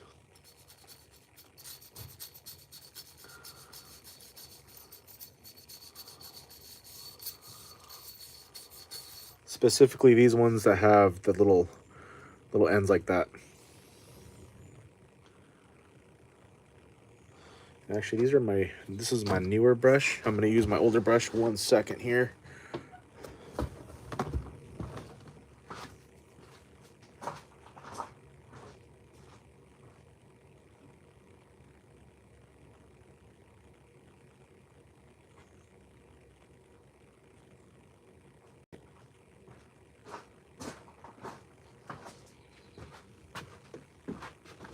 just to show you guys, I really put these stainless steel wire brushes to use, and I really use them until they're just kind of junky before I bust out a new one. This is the newest one, but as you can see, it's already gotten some use. This is the original one that I started. You see all that? Ooh, I mean, it still works. I mean, but we definitely get our use out of them.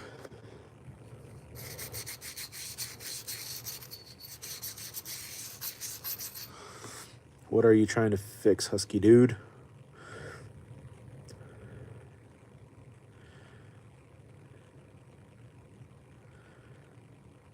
The second one got a bun. Pretty much, man. This one's nice and stiff, and I mean, like I said, it'll still brush some stuff, but yeah, we get our use out of them for sure. Yeah, he's trying to fix up his Husqvarna 450 that he just got in the mail. He says it's a nice condition saw, but it's not running right. So I told him, check inside the cylinder, make sure that he's got a good condition cylinder sleeve. Check his piston, make sure it's all good to go. He says he feels he has a carburetor issue. I said pull the carburetor and pull the diaphragm, make sure it's still kind of pliable and soft.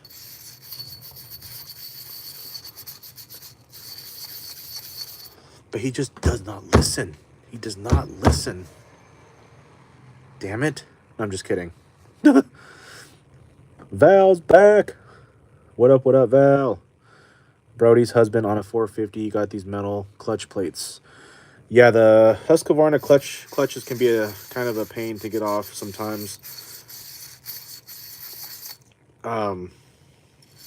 They're kind of, stuck on there. Like, I like Milwaukee, but right now we're currently rocking the DeWalt, which it saved us from having to go out and buy an impact driver. I use it just to remove clutches and flywheels. And this one can do most of them, but every now and then I get one that it just cannot do. So, like the 288 Husqvarna that we have out there, it can't get that one off. The only other one that I haven't been able to take off with it was a 395 Husqvarna clutch. I had to use my buddy's Milwaukee. Eventually we'll get one, but right now I'm just kind of... I've finally learned after many years that you don't always have to go out and get what you actually want. Just use something that works. Ooh. Oh, shit. Ooh. So, but eventually I think I am going to at least invest in a good Milwaukee impact driver for clutches. But for now, I mean, it's fine. But I do have to get that clutch off somehow to finish doing an inspection and cleaning, and got something in my eye.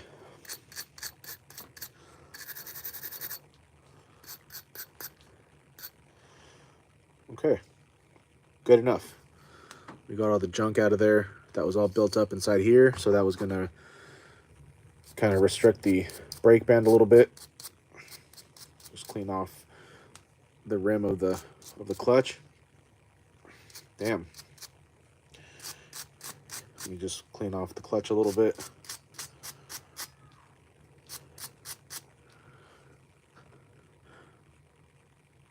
I think he's drunk, yo. Lewis, you drunk over there, my friend? So, Lewis, I'm pretty sure from our conversation, I don't even think he's old enough to drink. And I'm not talking crap. He's a youngster, but he's a good dude.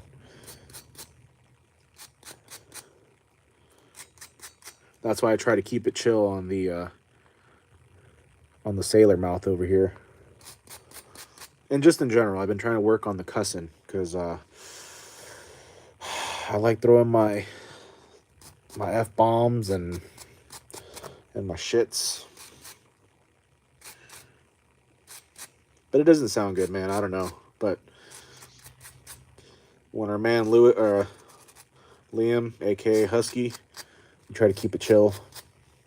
Although he just said, "God damn it, what the hell's that all about, Husky?" It ain't God's fault your saw ain't running. It's your fault. Well, really, it's the person that sold it to you's fault because he probably messed it up.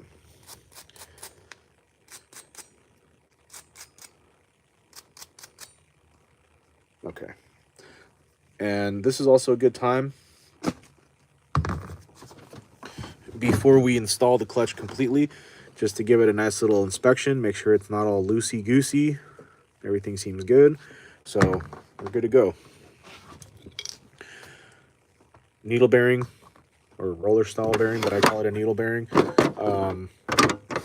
I have been told, and this was coming from one of the mechanics that I used to work with at the shop, where I was like, "Oh, you're not going to put grease on that?" Trying to act like I know.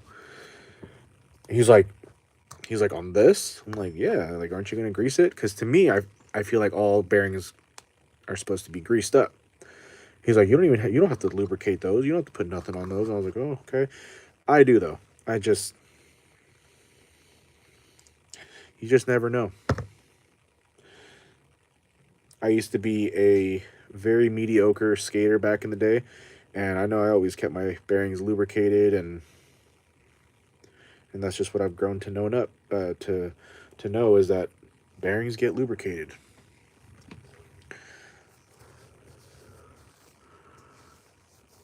You know them safety glasses you were talking about earlier?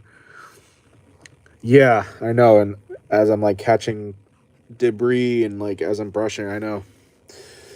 It always seems to happen that way. It's like I'm my own hypocrite, I feel like, or whatever you want to call it. A young one I see, props to him giving it a go. Only way he's gonna learn. It's true. That is true.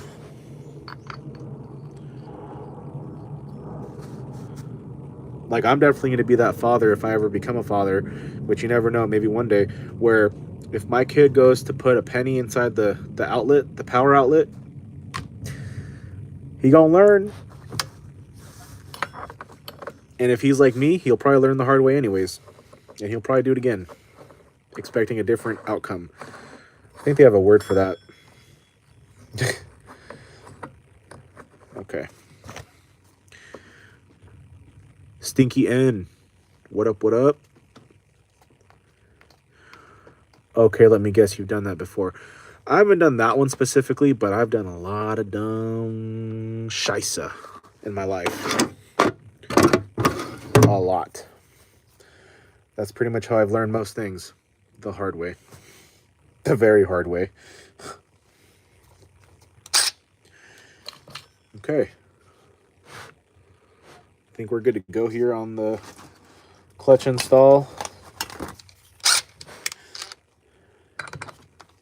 Let me change up my bit here, because this is for the flywheel nut. Let me see.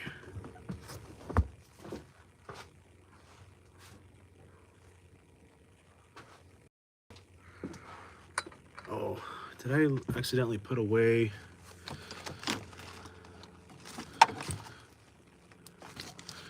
Did I accidentally put away the...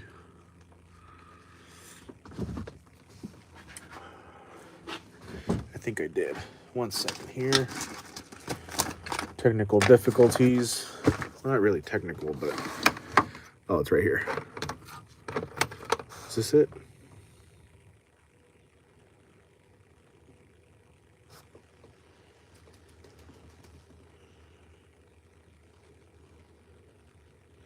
Why?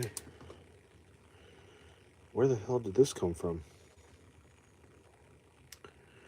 Interesting. Okay.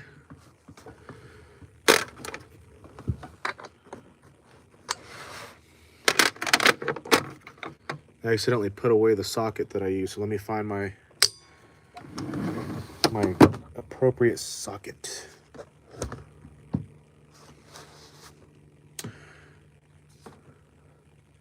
Grayson Nichols in the house. Okay, I'm gonna stand up real quick. I'm gonna look for the socket that put away that I shouldn't have, because that's the one that I need for most clutches. But I'm going to turn the phone away because we don't need any weird angles. So just give me a second here. That's actually a worse angle. Okay. Oh boy. Hold on. It's my bad.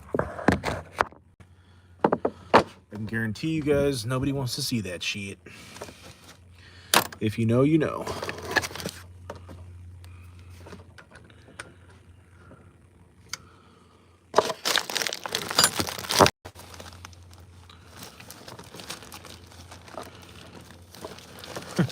I was gonna say something, but that's just too much. I feel like so I'm not gonna say anything. But you guys know. You guys know. Okay. Harry Bum. Them eyebrows got a social security number. They do. I just did them too. I just redid them.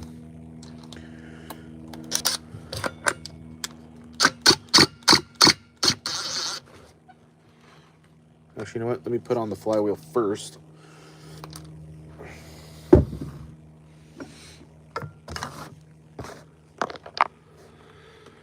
Flywheel. Flywheel.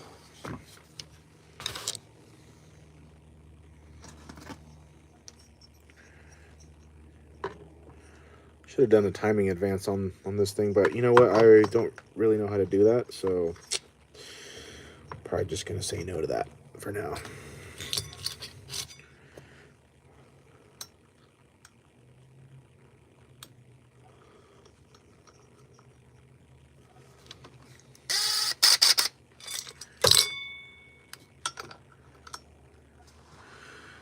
I'm sorry, bro. I saw that wait. But we all want to see it. Whoa. Whoa. Husky? I think that fuel got to you, man. Better settle down over there, Francis. You guys hear this guy? Shoot.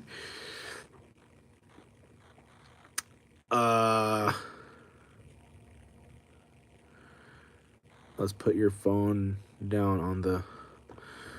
Neptune Red says, what is your favorite inches giant glizzy? A what? I'm not sure what the... That was kind of a choppy sentence there. Well, it wasn't even a complete sentence. It was just a question, but I'm not sure what you mean by that. And Harry Bum says, I'm sorry, bro. I saw that. Look, you a good looking guy. Do you think? My guy. Thank you. Thanks, man. A lot of men left in the world. I respect it. Not a lot of men left in the world respect it. We do our best. We just take it one day at a time.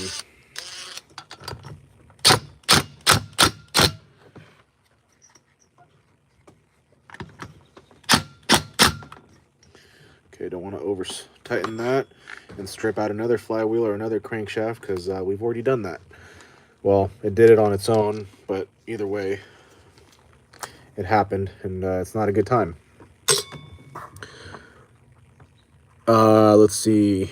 Husky says, let me guess, 1, 2, 3, 4. Something like that. Neptune says, what is your favorite inches giant? I don't even know what that means. Sir, get your questions in line. All I know is y'all better be on your best behavior. Man is in the house. Man is in the house. My friend, how you doing today?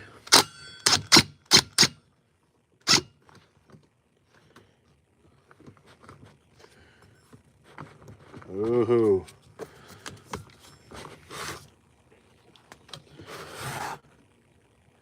Why is that? Oh boy.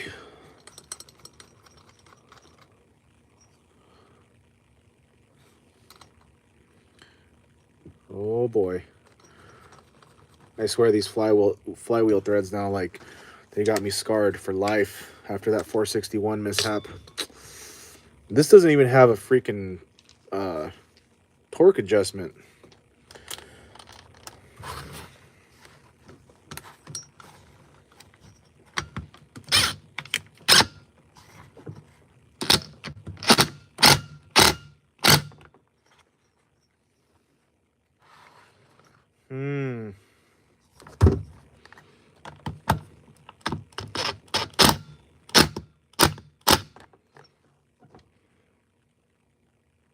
We're gonna call it good.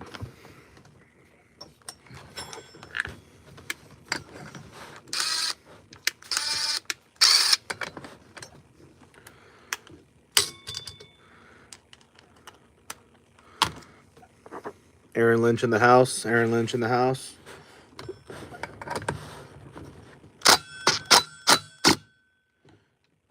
Okay, why does that keep coming loose, man? What the hell? Oh! Look at that. All of a sudden, we start talking about glizzies, and I get all flustered over here. What's going on? No, it's because Aaron's here, and that's why. I gotta be on my best behavior. I gotta be on point over here.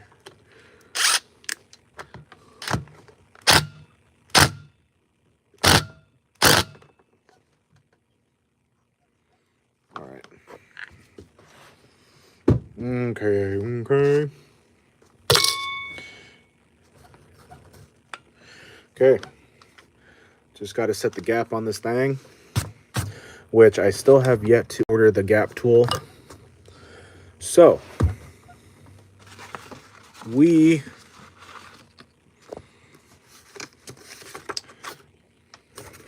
that nice? When you order on eBay, people can be really nice. This is when I got the steel vac and pressure tester, and the lady was so nice. I mean, the way she packaged everything up and wrapped everything, I mean, she really must have I don't know, she must really love what she does. And either way, a little thank you card, a little thank you note. So I just leave that here, and anytime I feel a little butthurt, I just look at this and I'm like, that was a good day. Very sweet lady. Shout out to Mary. And we got a killer deal on that pressure tester. I'm pretty sure it's brand new, never been used. I feel like it was just an extra somewhere at some point, and they never used it.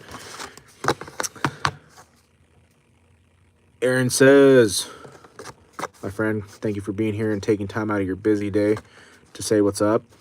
Troubleshooting a POS. Neotech NH865 with about 100 running issues. Ooh. That sounds like a good day. We all know you'll get it, man. You'll get it. What's going on with it though? What isn't going on with it, I guess I should say. But what are the highlights?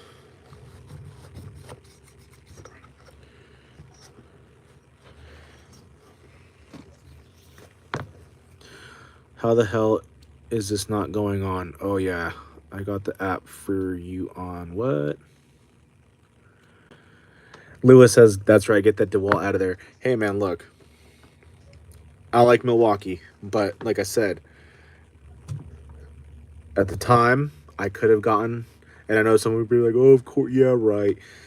But at the time, man, I bought this super cheap because the place where I used to work, is a hardware store and a power equipment shop. And I picked it up for super cheap, and I was going to resell it. But then we started really doing our own thing here, and I needed to start taking clutches off, and I remembered that I had it in there, and it saved us a few bucks. But like I said, I think I do need to invest in something a little stronger. So I probably will go for that Milwaukee, that M18 with a high output battery. Because like that Husqvarna 288 clutch, it just won't do it. The only other clutch that I've never been able to take off with that DeWalt is a 395 clutch. So yeah, we need to invest in something else. I also have a little DeWalt 12 volt impact driver set. That's brand new. I'm still trying to sell that, but it takes time to put stuff on marketplace and blah blah blah, and it's not even that good of a 12 volt, but for someone it could be everything. So let's see. So point is, what was I going to use to set the gap? I was probably just going to use good old Dukes. If anybody wants to pick anything up, you could try using that discount code. And I like ordering off of Dukes. They're pretty chill. Everything shows up quick, and I don't know, they always have what I need. So the Duke 10, if you guys ever need to pick anything up. Husqvarna, pay attention, man. You might need to pick up a few things here. There you go.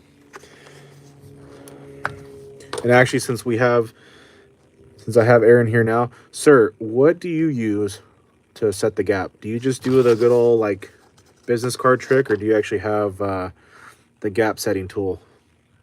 Just curious. Leaking crank seals. Ooh.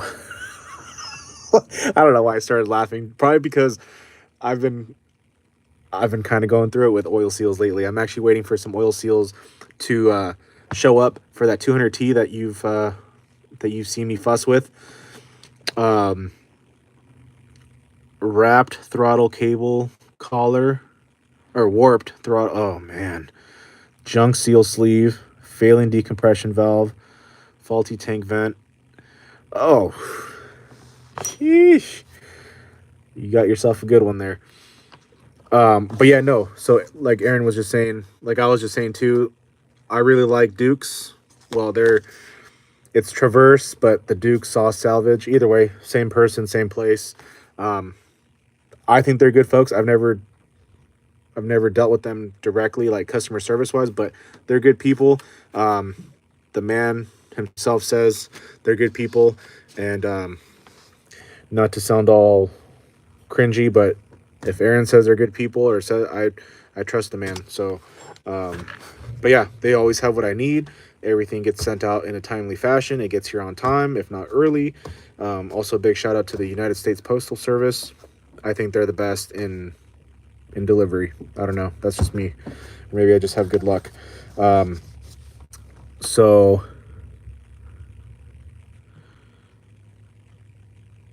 business card. Okay. I feel like these, where'd I put it? I feel like these little pamphlets that the Dukes puts in their packages, I feel like it's about business card length, or wow, thickness. So we'll just go for it. This thing is a piece of husky. Settle down, man. Patience. Don't be all David status and be all getting aggro, because that ain't gonna help you. That ain't gonna help you. C300 Echo? Is that a C300? On top of that, the Neotech is brand new. Oh, what? Okay. That sounds... Oh.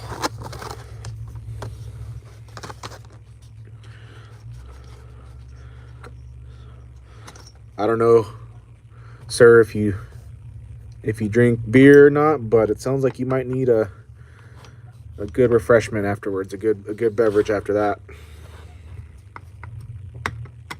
because that sounds pretty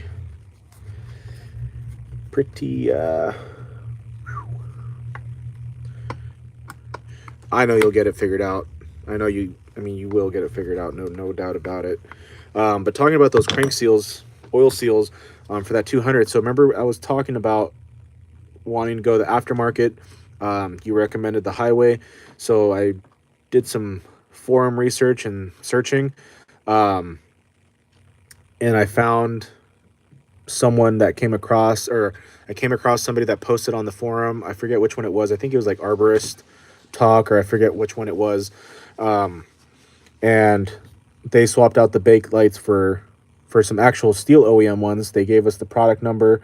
They're the same size. They're the plastic, or they're the rubber with metal. So I'm gonna give those a shot and see how they work out. They might be all right. They said it worked out for them, but that doesn't always mean As long as I don't damage them like I did the last time, because that's pretty much the problem. I damaged the flywheel oil seal, and that was not good. Major leak. I used dish soap and water, and okay, I think we're good here.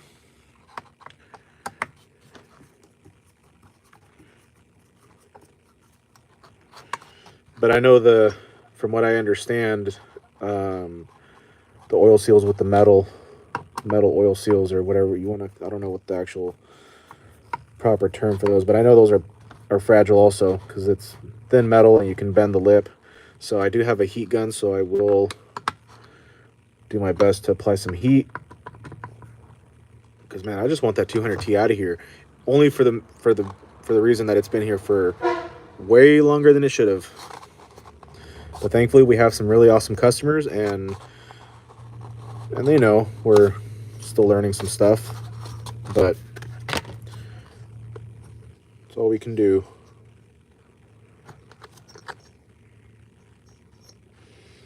Okay, I feel like we got it, but you know what? Just because something tells me to just redo it again, I'm gonna redo it just to be hopefully more safe than sorry. But Aaron, yeah, man, hopefully your day's ending soon. Get some good dinner. Like I said, a good beverage, whether it's some soda or whatever the hell, something. Because guys, if you guys don't know who Aaron Lynch is, well, you should find out. No, I'm just kidding. No, but like I always say, if you guys are into saws, porting, saw ripping action, that's your go-to guy right there. And that man, he just gets it done. I mean, he always tells me, he always says it, he's just a dude. And yeah, he's just a dude, but he's a badass dude. So, but don't take my word for it. Maybe check out his channel if you guys have a second or care to. I don't know. Do whatever you'd like. But when I grow up, I want to be like Aaron Lynch.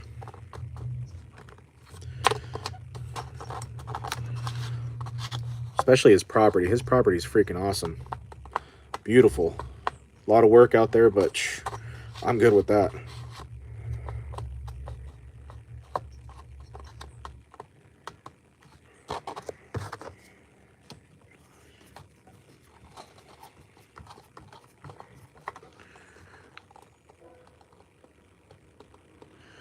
Way ahead of you, 7 p.m. Okay, so like 3 hours, yeah. Well, yeah, then it hopefully the end of your day soon, man, because I'm sure you've been out there for a while.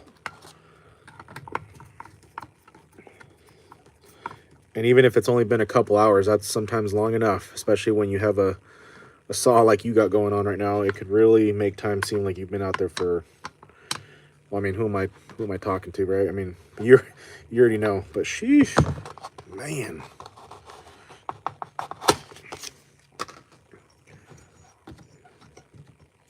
Okay, well, I'm going to call that good. Obviously, we'll find out if we're actually good once we fire this thing up. But, and actually right now, since Aaron is still here, I think, so I finally came across one of these nice little carburetors that have these little special limiter caps on there. Without the use of the cap removal tool, what is another option that we can do to remove these limiter caps? I forget who it was. If I remember correctly, something about drilling or something, but I don't know if I want to do all that. But yeah, what do you, sir, what would you recommend here? It's one of these special, awesome little carburetors. 'Cause that's the only other thing that I have to do is get those off so we can do a good little tune on here. And actually, let me show you guys, because I keep forgetting. and that's pretty much what we got left to do. I'm going to show you guys how I modified this muffler. Not to sound full of crap, I think it came out pretty damn sweet. So this is what the outside looks like. I've basically just cut this and shaped it up. I basically just cut off that little front piece right there. So it kind of looks like a little rinky-dink 201 West Coast muffler, kind of. Not really, but similar. Well, no, I don't know. It just looks cool, man. Aaron says I've never messed with one like that. It's probably a good thing.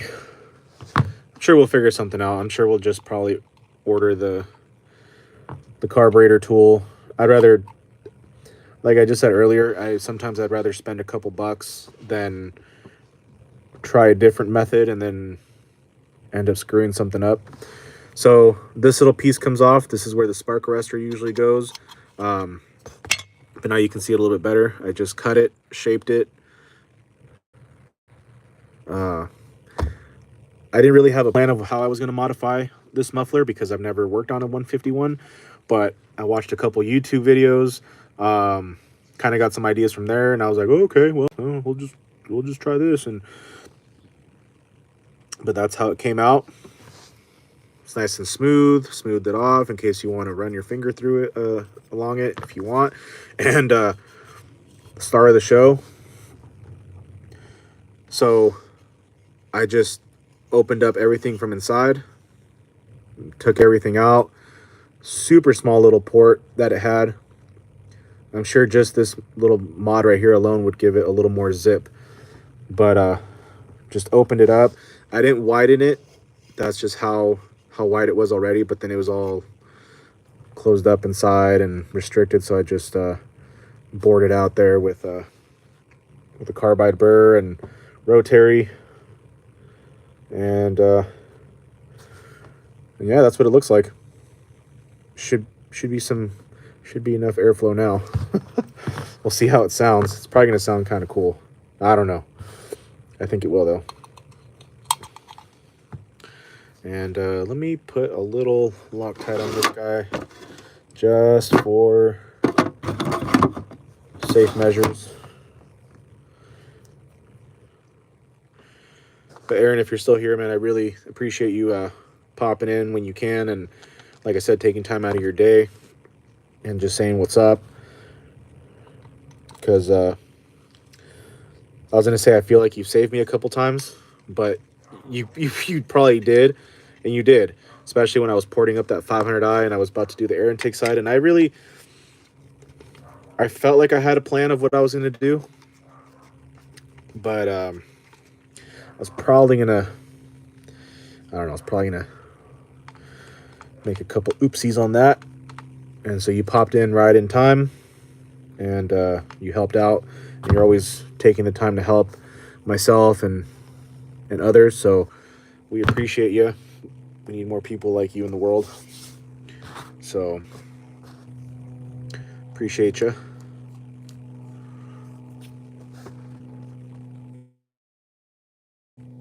Engine exhaust for my 026. Sounds pretty cool. Shark Space Game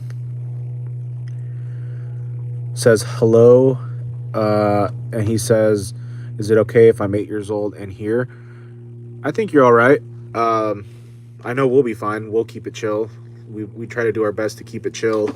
I cannot say that for some of our viewers. They can be a little nasty, so if that happens, I apologize. Well, I shouldn't even have to apologize for them, but as far as like me, you're fine, dude. You're good. Let me just do a little side texting here real quick.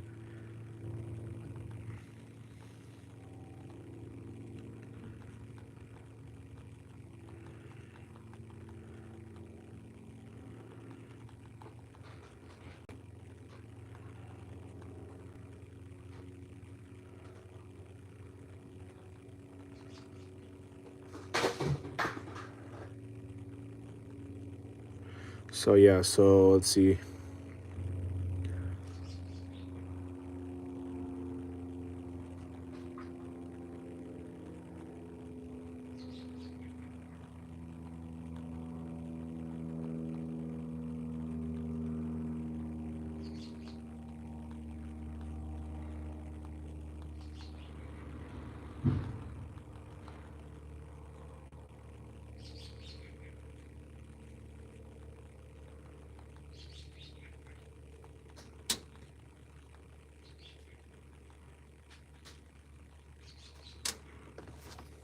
Okay, my bad.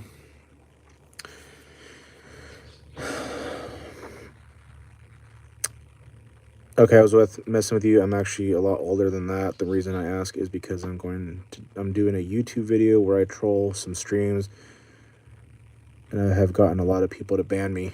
Can I be a mod?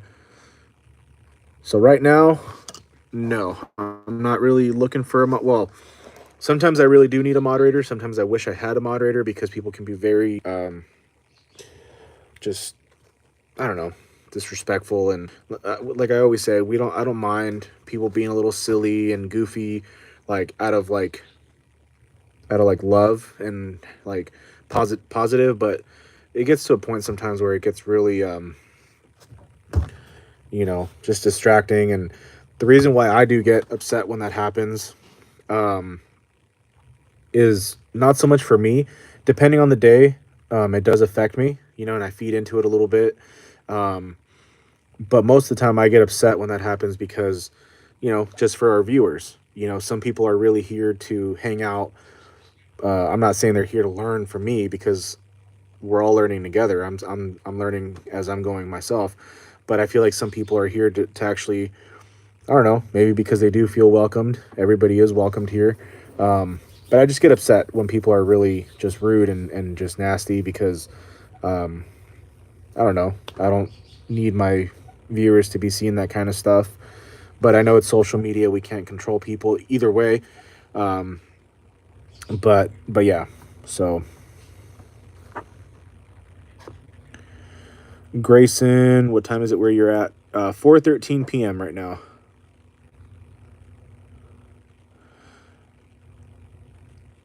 Husky, you broke your saw already? What the hell, man? Lewis, think I figured out what model that farm boss is.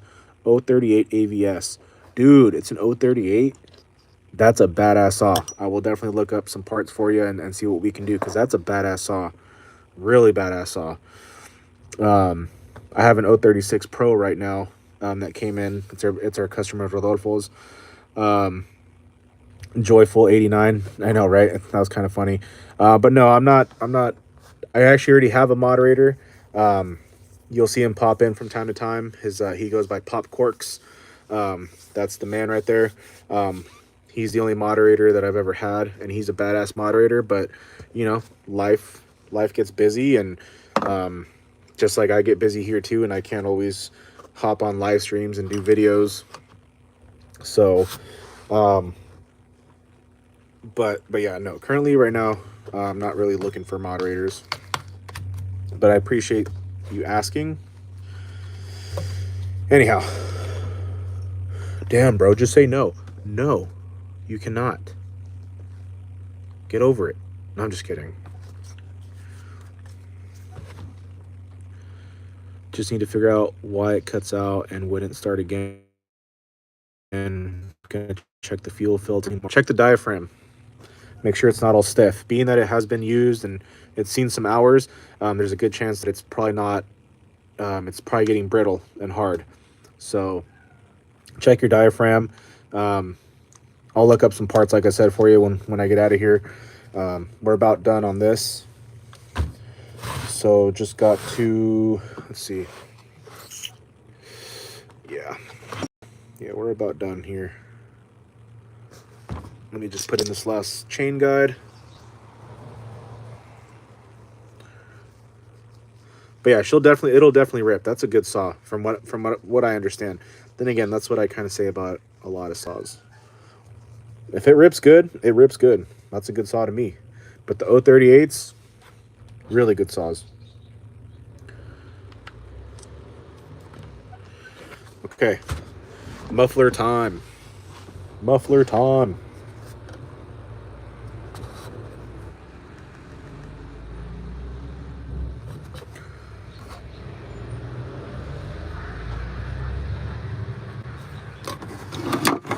So I'm gonna put a little gasket maker on this, just to just cause. Well, not just cause, but because they didn't have one. They didn't have a gasket, so I'm gonna put some of this on here.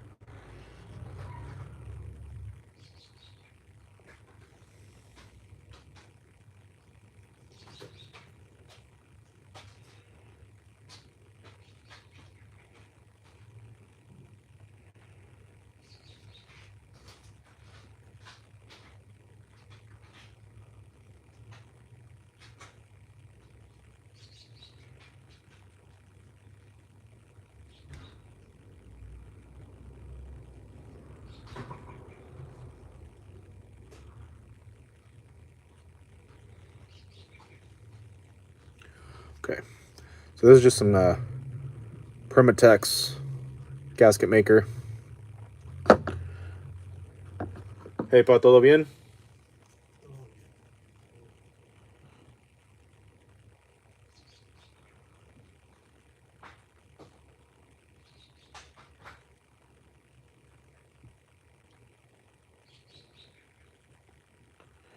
Okay, I think that should be enough. Oh boy.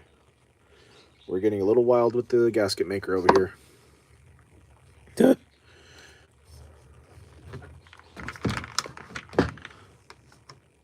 Gasket maker.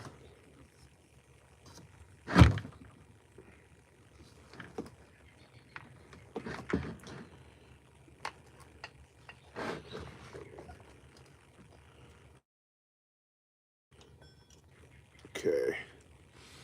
Let's get our screws, 27s.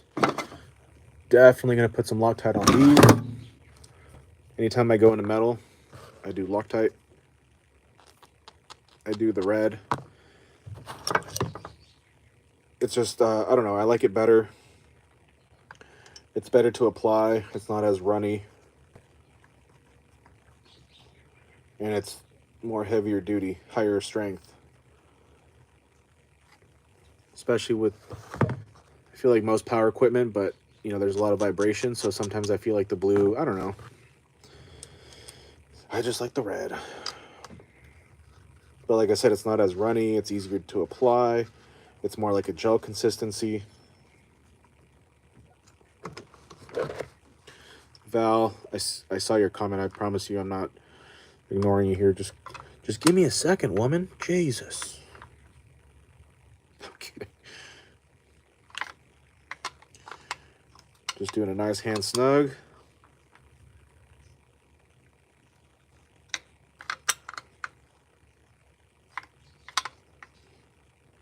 All right. Dude, that muffler looks freaking sick, man. I swear I'm not trying to be full of crap, but dude, this thing looks freaking sweet. Oh, that looks pretty cool, man. We'll see how it performs and sounds. We shall see. But hey, nobody steal my design, all right? This is Preferred Sawworks trademark. I don't care. I'm just joking.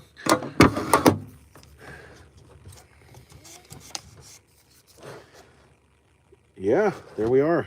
Well, just got to put the carburetor on and the rewind starter. And then I got to get a new air filter for it. Clean this up.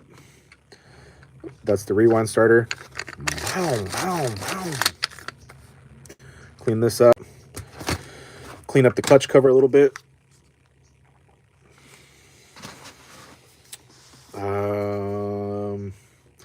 Let me go hit this with the air compressor just real quick, and then we'll put in the carburetor, air filter base, and everything else.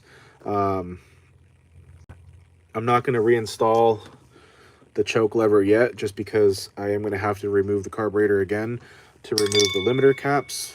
But let me just go hit this with the air compressor, and then that's pretty much it, guys. That's going to be it for right now. One second.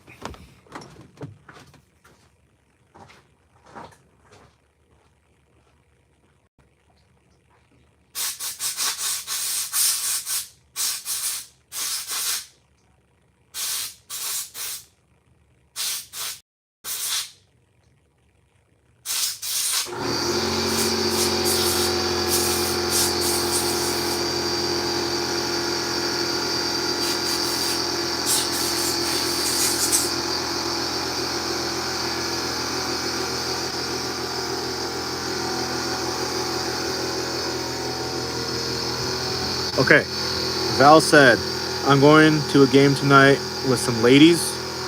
What? What kind of game?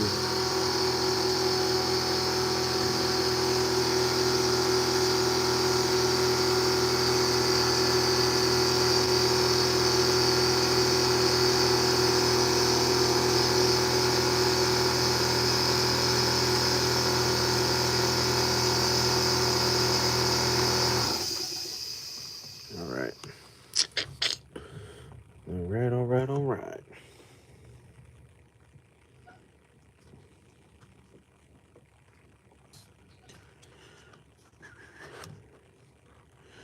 Oh, was I?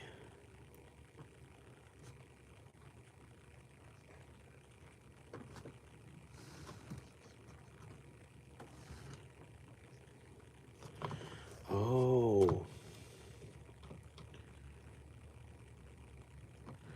Hold on, I feel like I...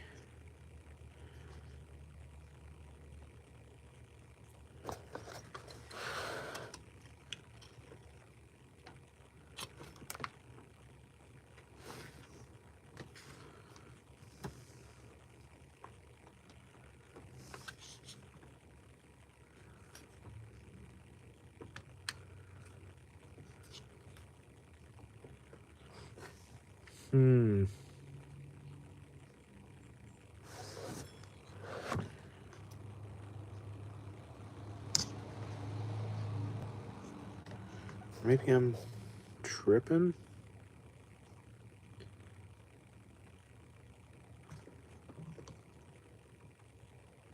Oh, that's right. This goes in. Okay.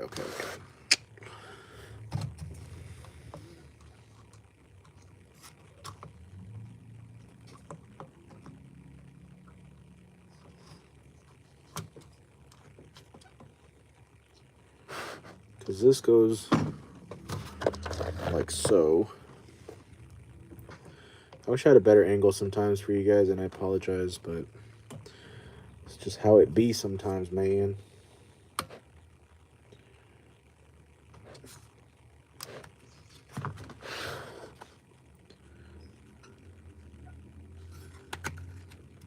Hey. I think we're in.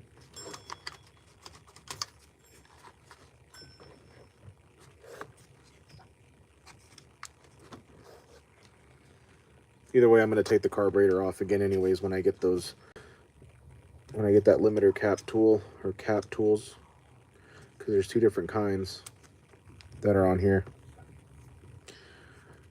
And, but I think we're good. I think we're Gucci. Yes. Whoa.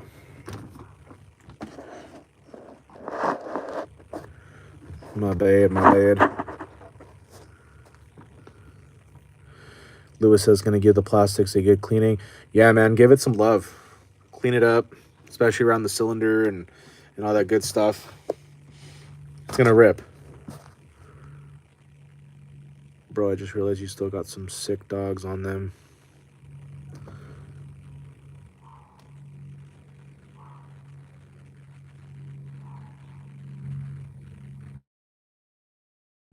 Who's calling me?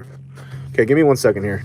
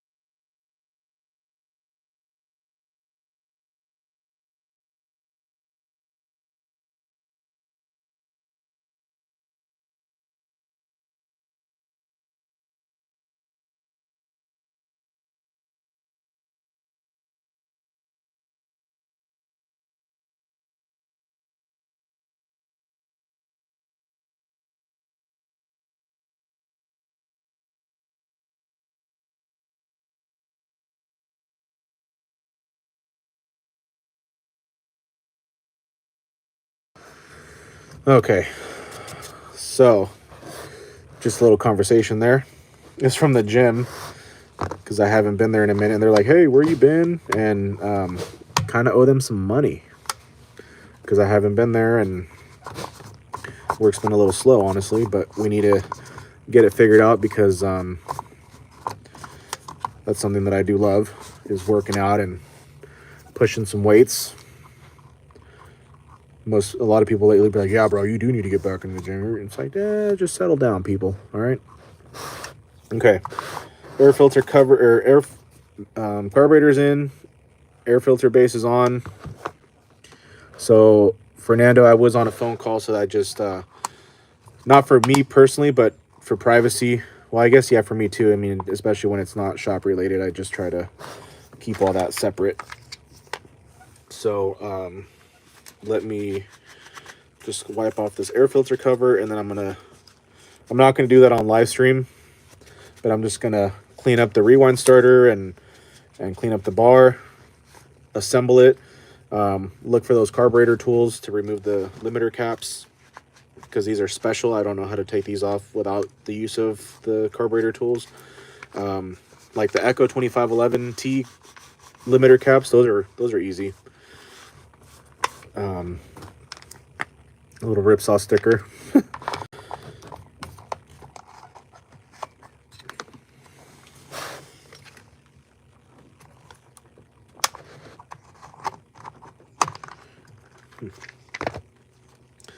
I'm not going to reinstall the little choke lever yet, just because, like I said, I still need to remove the carburetor so I can remove the caps once I get those tools, so I can tune up the carburetor, because this thing's going to have a lot of airflow.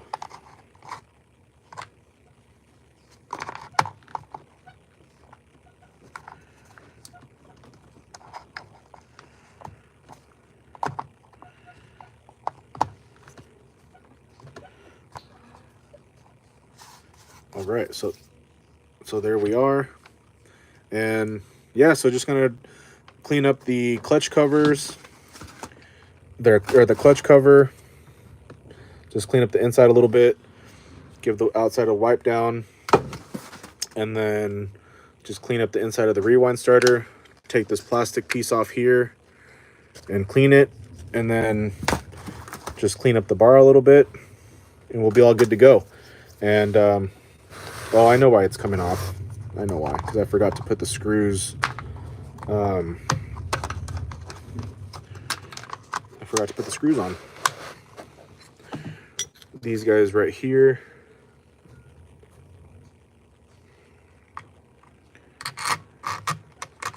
Because I'm getting a little distracted.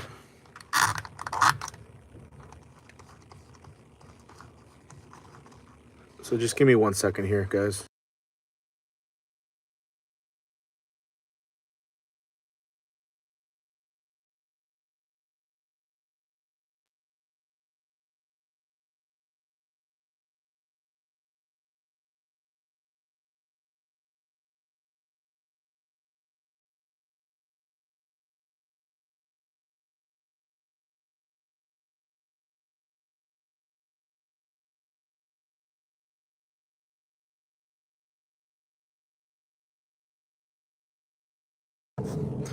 Okay, we're back.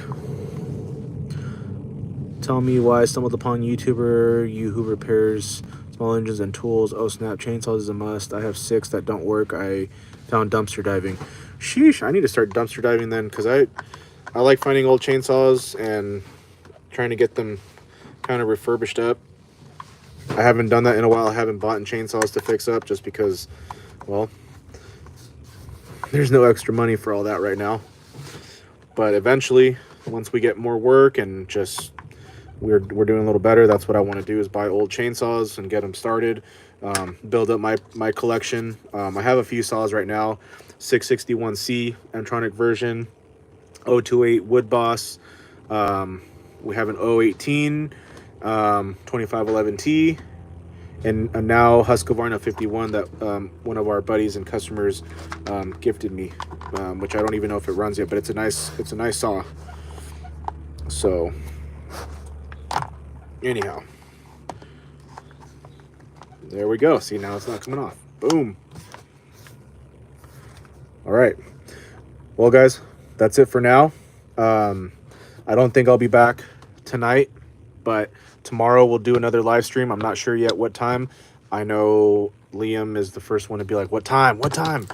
I don't know yet, but it's going to be early, like early afternoon, kind of around the time that I did it today, just because we get more daylight, and we're going to basically just do some saw inspections and go from there, because I have a lot of saws to go through right now. I have to actually finish inspecting and go through that just came in. I have 20 total. 4 of them I've already been dealing with and doing repairs, and I'm still having issues.